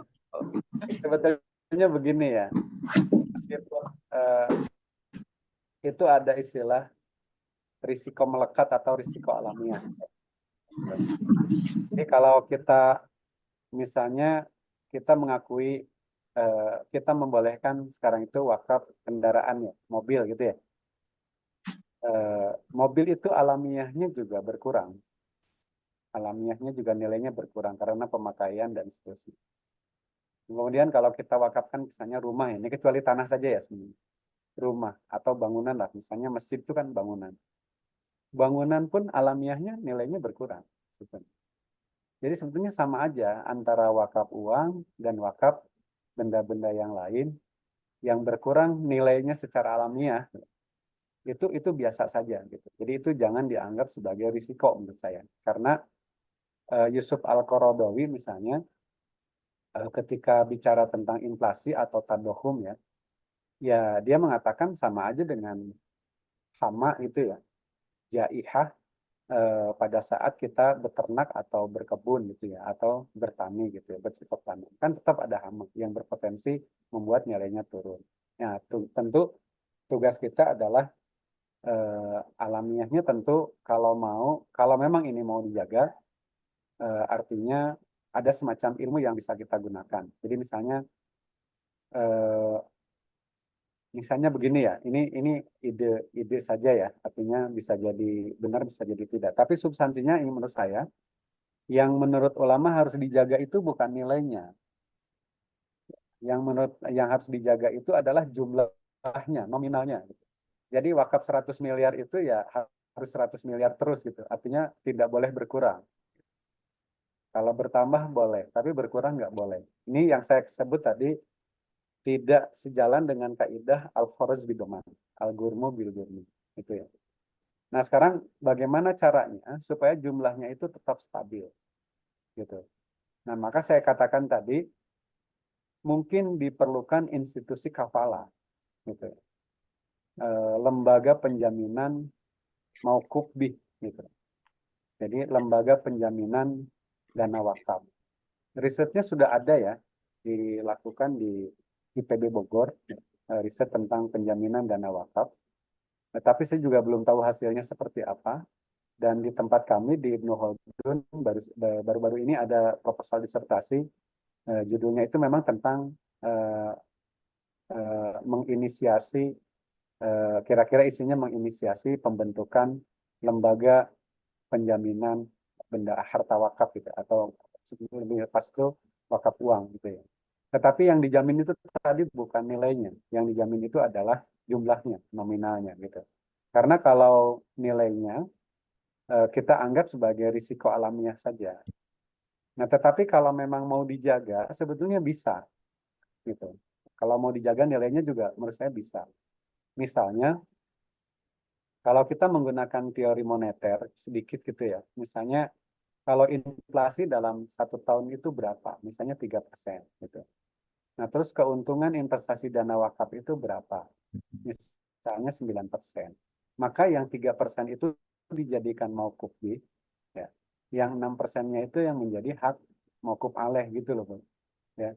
Itu kalau kita di antara strategi atau cara kalau kita ingin jaga nilainya. Jadi bukan berarti tidak bisa sama sekali, menurut saya bisa, tapi tergantung pada asumsinya. Mungkin Ibu pernah baca tulisan saya dengan Profesor Raditya ya, ketika kita mendiskusikan di Republika tentang apakah yang dijaga itu nilainya atau nominalnya. Gitu. Sementara ini ulama pada umumnya masih, sebenarnya yang dijaga itu harus takbid itu adalah eh, apa namanya nominalnya, jumlahnya. Sementara kalau nilainya itu tidak mesti takbid. Nah, kalau mau takbid, nah itu yang ide Prof. Raditya tadi. Jadi yang sampaikan sebetulnya ide Prof. Raditya, kemudian kita tulis bersama, dia menggunakan juga nama saya. Ya kalau memang mau dijaga ya tadi kita hitung inflasinya berapa. Karena uang di zaman dulu kan memang dibuat dari yang namanya dinar dan dirham pada zaman Rasulullah sampai zaman sahabat. Itu memang dibuat dari emas dan perak kan ya. Jadi tidak pernah ada diskusi tentang inflasi kan gitu. Nah sekarang ini kan uang tidak lagi berhubungan dengan emas dan perak sehingga kita berdiskusi tentang inflasi. Jadi kalau menurut saya sih, kalau saya sekarang kalau supaya jalan jangan mikirin menjaga nilainya dulu ya, jaga aja dulu belajar dulu menjaga nilai nominalnya gitu, jumlahnya. Itu aja sudah cukup gitu ya. Toh memang alamiahnya duit itu kalau duit yang sekarang ya pasti berkurang lah ya. Kita punya duit 100 juta hari ini, kalau kita belanjakan besi misalnya dapat 1 ton gitu ya. Atau yang paling gampang sebagai perokok dapat 1 juta itu misalnya 100 bungkus gitu. 2 tahun kemudian kan paling dapat 80 bungkus ya, karena rokok juga tidak pernah turun kan harganya ya, gitu. Kalau kita mau menggunakan seperti itu. Nah, itu aja ya Bu ya, kira-kira ya. Atau cara yang kedua misalnya ke emas juga bisa gitu ya. Jadi 100 juta pada saat ini emas ini berbanding berapa gram gitu ya, atau berapa kilo gitu. Atau 100 miliar itu berbanding berapa kilo. Nanti misalnya berbanding sebut saja 100 kilo. Pada saat di akhir tahun itu 100 kilo itu masih 100 miliar atau sudah 102 gitu ya. Nah berarti ditambahlah 2 gitu ya. Kalau kita ingin jaga nilainya, menurut saya itu sekarang caranya seperti itu. Tetapi ini baru ide saja ya, ide saja, sama sekali ide karena tidak ada dalam prakteknya. Sebab kenyataannya jangankan menjaga nilainya, menjaga nominalnya saja sudah babak belur gitu. Oleh karena itu maka Nazir menurut saya masih kurang kreatif karena memang terkena risiko tadi. Gitu. Risiko kalau untung ya untuk mokop aleh gitu ya. Kalau rugi dia harus cari gantinya dari mana gitu. Jumlahnya saja belum tentu terjaga. Itu aja ya. Makasih Bu Dinda ya. Terima kasih Prof. Ini ada Bu Diana Hadi mau langsung ngobrol sendiri atau saya bacakan lewat chat. Ada pertanyaan Prof dari Bu Diana, izin Prof, apakah bisa disebut wakaf apabila kita memberikan uang kepada suatu yayasan yang akan digunakan untuk memberikan pinjaman kepada para duafa untuk mengembangkan usaha kecilnya? Itu Prof pertanyaan dari Bu Diana. Apakah bisa disebut wakaf? Bagaimana catatannya? Bisa saya respon langsung ya. Ini Bu, ada siapa nih? Halo? Ya, ada yang raise hand? Bu Diana langsung atau halo? Iya, silakan dibacakan bisa. Tadi sudah dibacakan ya. mohon maaf. Monggo Bu Diana langsung aja nggak apa-apa. Oh iya, ya izin Prof. Kalau misalkan mohon maaf saya off camera karena lagi dalam ini posisi yang tidak bisa on. Eh, Pertanyaannya adalah apakah bisa disebut wakaf apabila kita memberikan eh, uang itu dana ya kepada satu yayasan yang kemudian tujuannya adalah untuk memberikan pinjaman kepada para duafa yang digunakan untuk mengembangkan usaha, Prof. Duit itu nanti balik ke ibu nggak? Tidak. Oke, makasih Bu. Jadi Ya, eh, makasih, Prof. pertama gini ya Bapak Ibu, meskipun wakaf ini bukan akad ya, jadi uniknya wakaf ini tidak termasuk bab akad, tapi dia bab ikror. Ikror itu artinya dia tidak memerlukan kobul ya. Beda dengan akad, kalau akad menjadi sah kalau ada kobul. Makanya akad itu kan terdiri atas ijab dan kobul. Sementara kalau ikror itu tidak memerlukan kobul. Jadi wakaf itu sah dengan pernyataan sendiri tanpa memerlukan persetujuan dari pihak partnernya ya. Jadi kalau jual beli kan harus ada ijab dan kobul kan gitu ya. Harus ada ijab dari para pihak, ijabnya dari kalau jumhur ijabnya dari penjual, kobulnya dari pembeli gitu. Nah, pertama dari segi segatnya dulu pada saat ikrar. Apakah ibu ikrarnya itu sedekah, wakaf, infak, atau apa? Gitu. Sebab kalau kita menggunakan kaidah yang dipakai oleh Imam Asy-Syafi'i, al-ibroh fil uqud bil alfaz wal mabani, la bil maqasid wal ma'ani, maka untuk menyatakan sesuatu wakaf atau bukan wakaf, apakah diikrarkan wakaf, ditulisnya wakaf kalau dia dalam bentuk tulisan, atau selain wakaf. Gitu. Bagi ulama Syafi'iyah, dia menjadi wakaf kalau diikrarkan wakaf. Gitu. Kalau tidak diikrarkan wakaf, berarti belum tentu wakaf. Gitu. Ya, belum tentu. Nah, tetapi yang mungkin substansinya yang saya ingin jelaskan, boleh ibu ikrar wakaf, misalnya Bu Arinda ini kerjaannya nolong duafa gitu ya, butuh tadi dengan akad qard ya.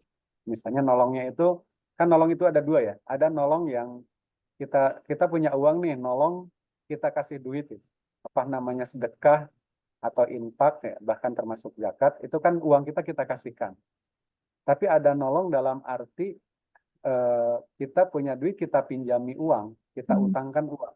Suatu saat dia bayar kepada kita kalau sudah kondisinya leluasa gitu. Itu juga kan nolong kan gitu ya. Iya. Nah, dalam pengertian nolong yang pertama, artinya duit wakaf itu diberikan kepada pihak pengguna, dihibahkan atau apapun namanya, itu berarti tidak bisa diwakafkan. Jadi ketika ibu mengikrarkannya wakaf kepada Bu Arinda, kepada Bu Rinda itu tidak bisa menyalurkannya dengan cara hibah, infak, sedekah, atau perbuatan baik lainnya. Itu nggak bisa. Karena yang namanya dana wakaf itu terikat dengan aturan, dia harus ta'bid. Ya, ta'bid itu tadi al-badalu makoma ainiha. Jadi hanya bisa disalurkan yang memungkinkan dananya itu balik lagi. Gitu. Jadi dengan cara tadi bisa juga dengan mudharabah, musyarakah, ijarah, jual beli itu bisa gitu ya. Tapi kan nanti dia bayar kemudian balik lagi ke kita gitu. Nah, atau qard diutangkan duitnya itu. Kemudian kan nanti dia bayar balik lagi gitu ya. Nah, eh, jadi menurut saya wakaf tidaknya itu sangat bergantung kepada ikrarnya, dan ikrarnya itu nanti yang menentukan boleh tidaknya perbuatan hukum yang dilakukan oleh penerima. Itu gitu ya Bu ya. Jadi saya tidak bisa ikrarnya itu apa. Ibu pada waktu itu wakaf atau bukan. Kalau tidak wakaf ya berarti bukan wakaf. Itu aja substansinya. Dan karena kita membolehkan wakaf mu'aqqad, Bapak Ibu sekalian, terutama menurut undang-undang, kita kan boleh ya mewakafkan uang untuk jangka waktu tertentu. Misalnya Pak Hafid gitu ya, punya yayasan, lagi kesulitan keuangan misalnya. Kebutuhannya itu dalam 1 bulan itu misalnya 1 miliar gitu. Misalnya gitu ya. Terus minta bantuan saya misalnya, Pak Jai, tolong bantu saya dengan skema wakaf untuk mengatasi kesulitan yang saya hadapi gitu. Mau kira-kira kesulitannya berapa lama, Pak? Misalnya kesulitannya ini kira-kira berakhir 6 bulan kemudian beres, kami bisa bergerak kembali gitu. Misalnya ada kesulitan likuiditas dan macam-macam. Jadi bisa saja saya wakafkan uang saya misalnya 200 miliar dengan imbal hasil depositonya itu setara 0,5%, maka setiap bulan saya dapat 1 miliar untuk saya serahkan ke Pak Hafid selama 6 bulan. Setelah 6 bulan, ya uangnya balik lagi ke saya yang 200 miliar itu gitu. Nah, itu namanya wakaf muakkad. Dalam undang-undang kita boleh seperti itu. Jadi seperti Ibu praktekkan tadi, itu tidak balik lagi kan ya. Yang balik lagi saja kalau ikrarnya wakaf boleh. Apalagi yang nggak balik lagi, berarti wakafnya muabad kan ya. Cuma tadi saya katakan wakaf muabad sekalipun kan dananya tetap harus takbid kan ya. Harus terjaga gitu, setidak-tidaknya nominalnya gitu. Nah, kira-kira itu ya komentar saya. Terima kasih. Terima kasih Prof. Jai. Cara selanjutnya adalah ada Pak Hafid. Silakan Pak Hafid. Assalamualaikum warahmatullahi wabarakatuh, Prof. Jai. Selamat ketemu lagi. Ya. Sebentar, Prof. Ada satu hal yang menarik, Prof. Di Semarang itu ada lembaga namanya Husnul Khotimah yang dikelola oleh pimpinan daerah Asia. Kebetulan lembaga ini telah membeli tanah seluas 1,5 hektar. Masih atas nama person, salah seorang pengurus.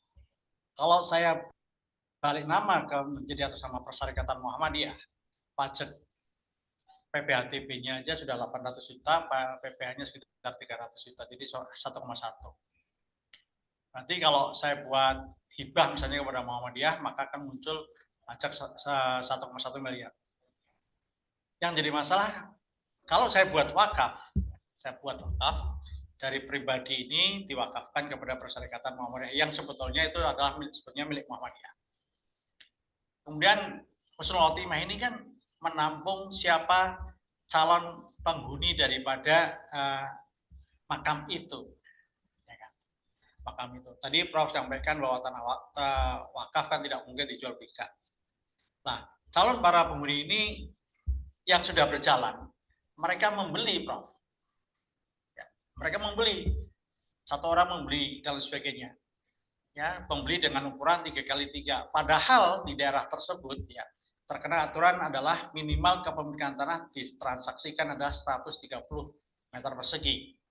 Kalau 3x3 hanya 10 meter kan nggak memungkinkan lagi. Nah, untuk yang akan datang, ini Husnul Khotimah itu lagi kebingungan. Kalau kami mungkin sebagai praktisi hukum, asal berdasarkan pasal 1320, sepakat nggak ada masalah, apakah mau hibah atau dan sebagainya. Masalahnya apa? Para calon-calon penghuni yang baru ini, yang kami tanyakan adalah bagaimana bentuknya? Apakah bentuknya mereka mewakafkan rupiahnya untuk sebagai kompensasi nanti dia bisa menikmati masa akhir hidupnya di makam itu, ataukah infak, ataukah sodako? Ya, ini yang jadi masalah ini. Jadi kalau kami mau diminta untuk buat perjanjian, tolong buatkan perjanjian. Oke, kita buatkan perjanjian nggak ada masalah. Tapi bentuknya apa ini? Apakah dari penghuni ini adalah wakaf, ya, atau infak atau sedekah? Tadi sudah sampaikan bahwa wakaf kan nggak mungkin dijual belikan. Saya sampaikan, kalau wakaf nggak mungkin dijual belikan. Nah, kami mohon pandangan Prof sebelum kami membuat perjanjiannya. Ya, jadi mereka sebetulnya calon penghuni ini sudah antri Prof untuk membayar. Ini untuk memberikan sesuatunya kepada Husnul Khotimah. Jadi penghuni, bentuknya apa nih? Yang kami buat perjanjian ini, Prof. Silakan, Prof. Kenapa, Prof? Calon penghuni apa maksudnya? Tadi calon penghuni makam, Prof. Calon penghuni makam. Oh. Ya. Kayak gohil gitu loh, ya. Maksudnya. Jadi gini, ini kan sebetulnya kalau kan gini ya Bapak Pak Hafid ya, Bapak-bapak semuanya. sebetulnya pemahaman kita kenapa wakaf cenderung tidak berkembang karena terlalu kuat bahwa wakaf itu bagian dari fikih ibadah, bukan bagian dari fikih muamalat, gitu ya. Itu juga agak membelenggu sebenarnya. Makanya dulu waktu kami kuliah belajar wakaf itu bukan ranahnya fikih muamalat, tapi fikih ibadah. Dan sampai sekarang masih kuat di masyarakat dianggap sebagai fikih ibadah. Nah, kalau kita menggunakan teori istibdal tadi, sebetulnya pada saat penghuni ini mungkin gini ya Bapak Ibu sekalian, kalau ini karena sekalian aja nanti share pengetahuan gitu ya. Di Indonesia ini kan punya tradisi kalau orang sudah menempati makam, tanah tertentu untuk dijadikan makam, seolah-olah selamanya itu harus dia gitu. Ini yang menurut saya ke depan kita perbaiki ya. Karena sebetulnya dalam beberapa kitab yang saya baca, Pak Hafid, itu umur makam itu paling lama itu 2 tahun. Ya. Jadi setelah itu bisa diganti oleh penghuni lainnya, gitu maksud saya.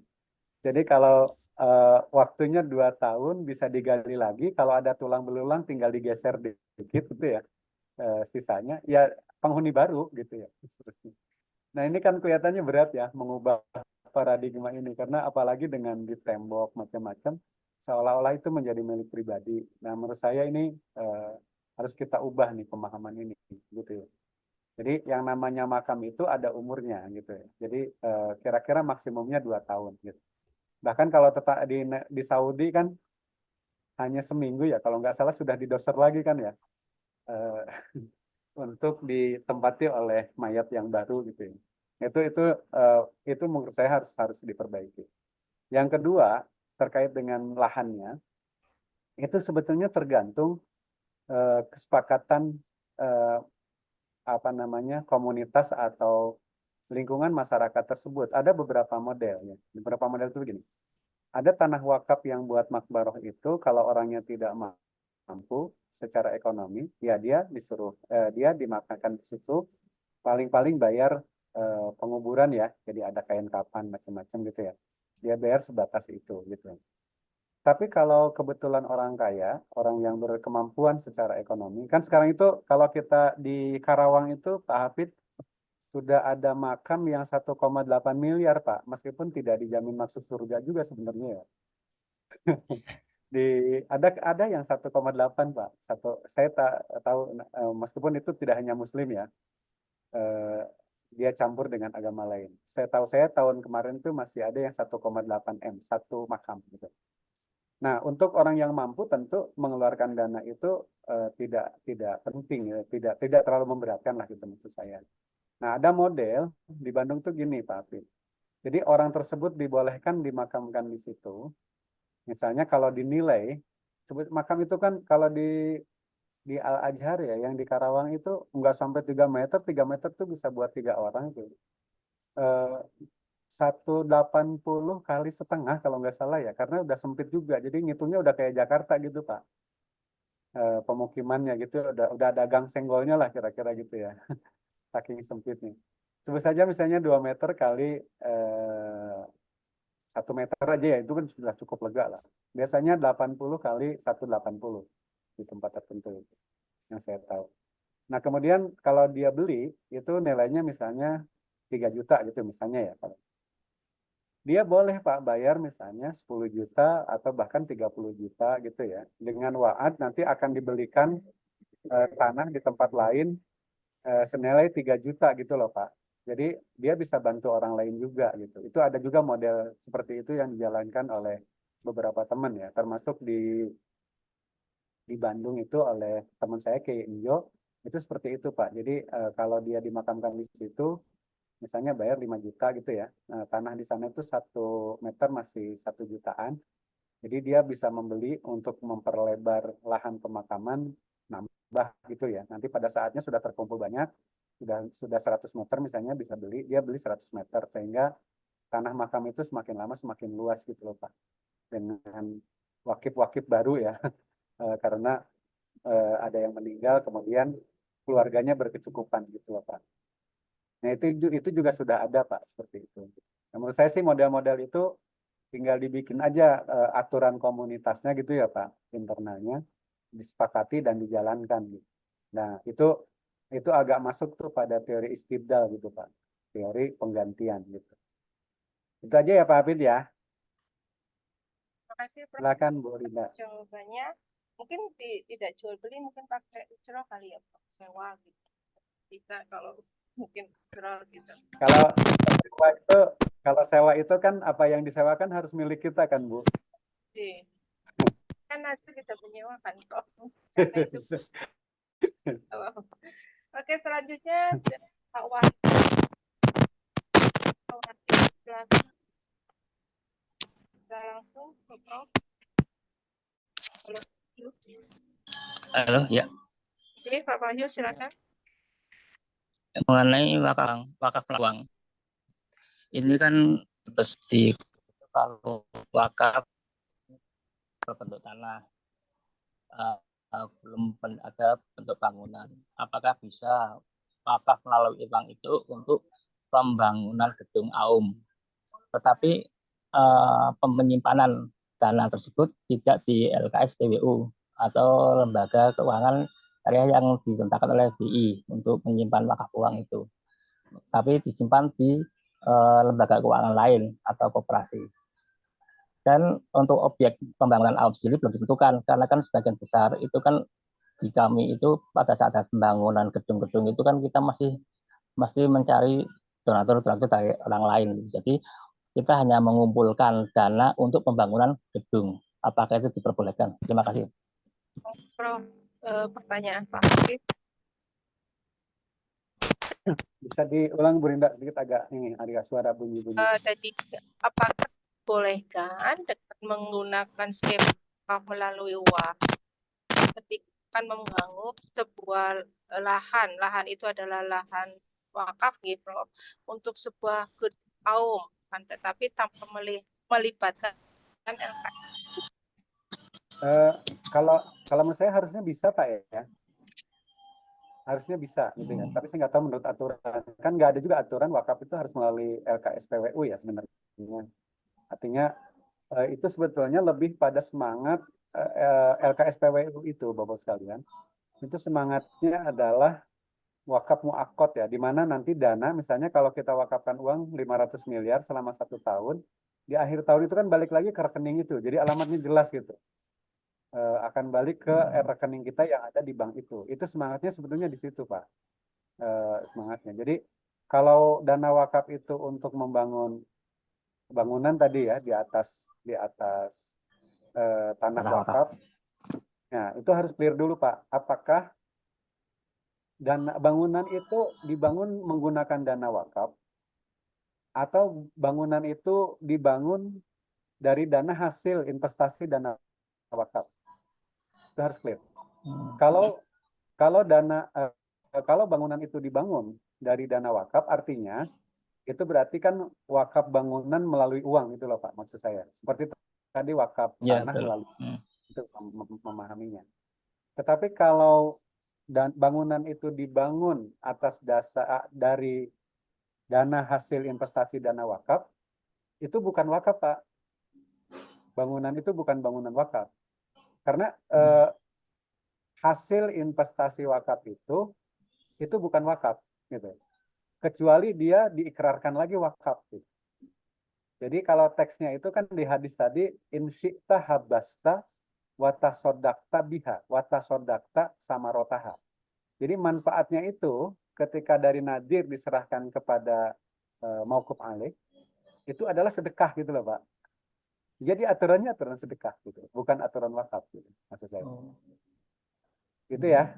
Makasih ya. Jadi tidak semua. Misalnya kan kita bangunan-bangunan di Muhammadiyah kan tidak semuanya dari dana wakaf kan, Pak.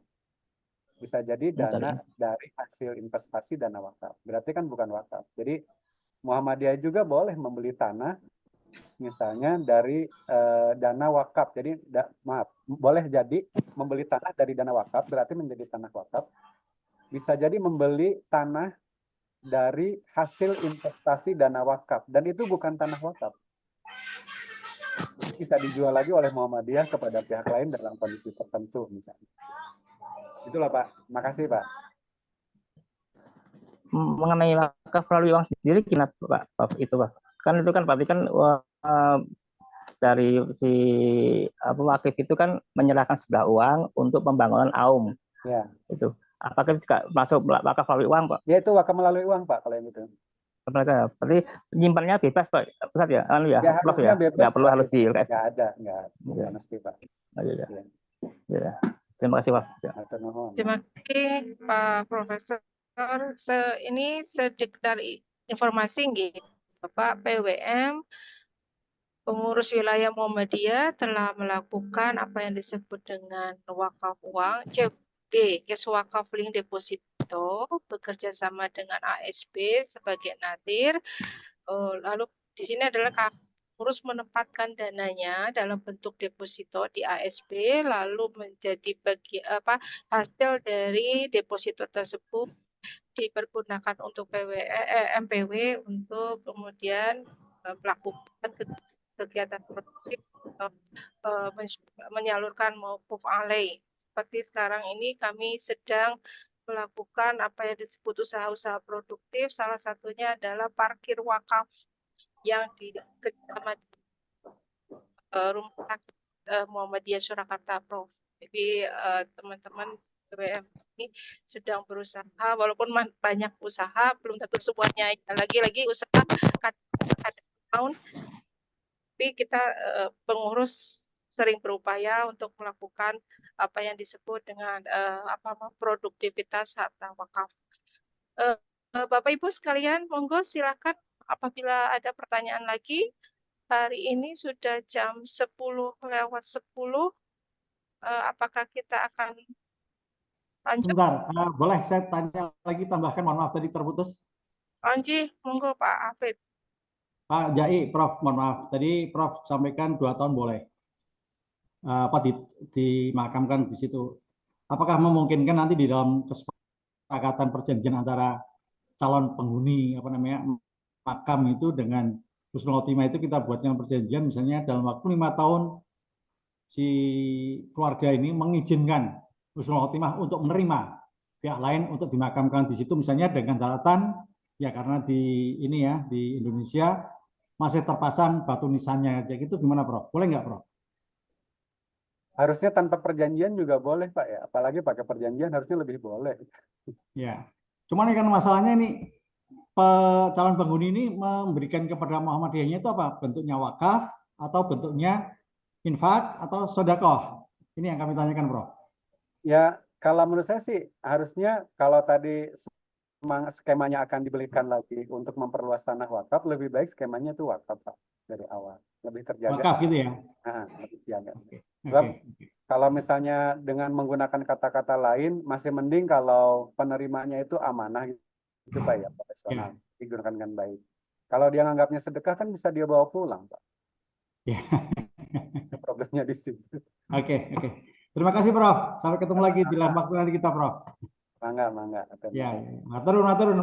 Terima kasih Bu Rinda. Assalamualaikum. Pak Muhammad Hafid. Terima kasih Bapak Ibu. Akhirnya waktu sudah menunjukkan 10:12. Saatnya kita tutup diskusi kita pada pagi hari ini. Terima kasih sekali lagi pada Profesor Jai yang sudah meluangkan waktu untuk memberikan materi tentang fikih wakaf kontemporer. Sebelum saya tidak akan melakukan konklusi atau kesimpulan, Bapak tentukan sendiri karena memang fikih ini akan terus berkembang seiring dengan kemajuan masyarakat. Sebelumnya kami tutup acara ini sebilah kiranya mendengarkan salah satu pantun. Walaupun ini masih lama waktu buka. Tepung kokak dijadikan pengganti nasi. Enak rasanya kalau dimakan pakai teri. Semoga wakaf bisa jadi tradisi agar ekonomi dan Muhammadiyah bisa sangat mandiri. Yang Amin. telur asin itu pasti orang legi. Yang legi itu pasti gulali. Bapak Ibu peserta, saya cukupkan sampai di sini. Semoga bulan depan kita bisa berjumpa lagi. Sehat selalu, Prof. Terima kasih. Mohon maaf atas segala kekurangan. Billahi taufiq wal hidayah. Wassalamualaikum warahmatullahi wabarakatuh. Bapak Ibu kita foto bersama. Monggo Bu Dr. Hardianingsih, kita foto bersama dulu sebelum kita mengakhiri. Ibu Dokter, Bu. Iya Bu, sekedar ini saya ini dulu ya galerinya. Kita mulai ya, saya hitung 1, 2, 3. Kalau mau menang caranya begini. Mohon ditunggu dulu untuk slide selanjutnya.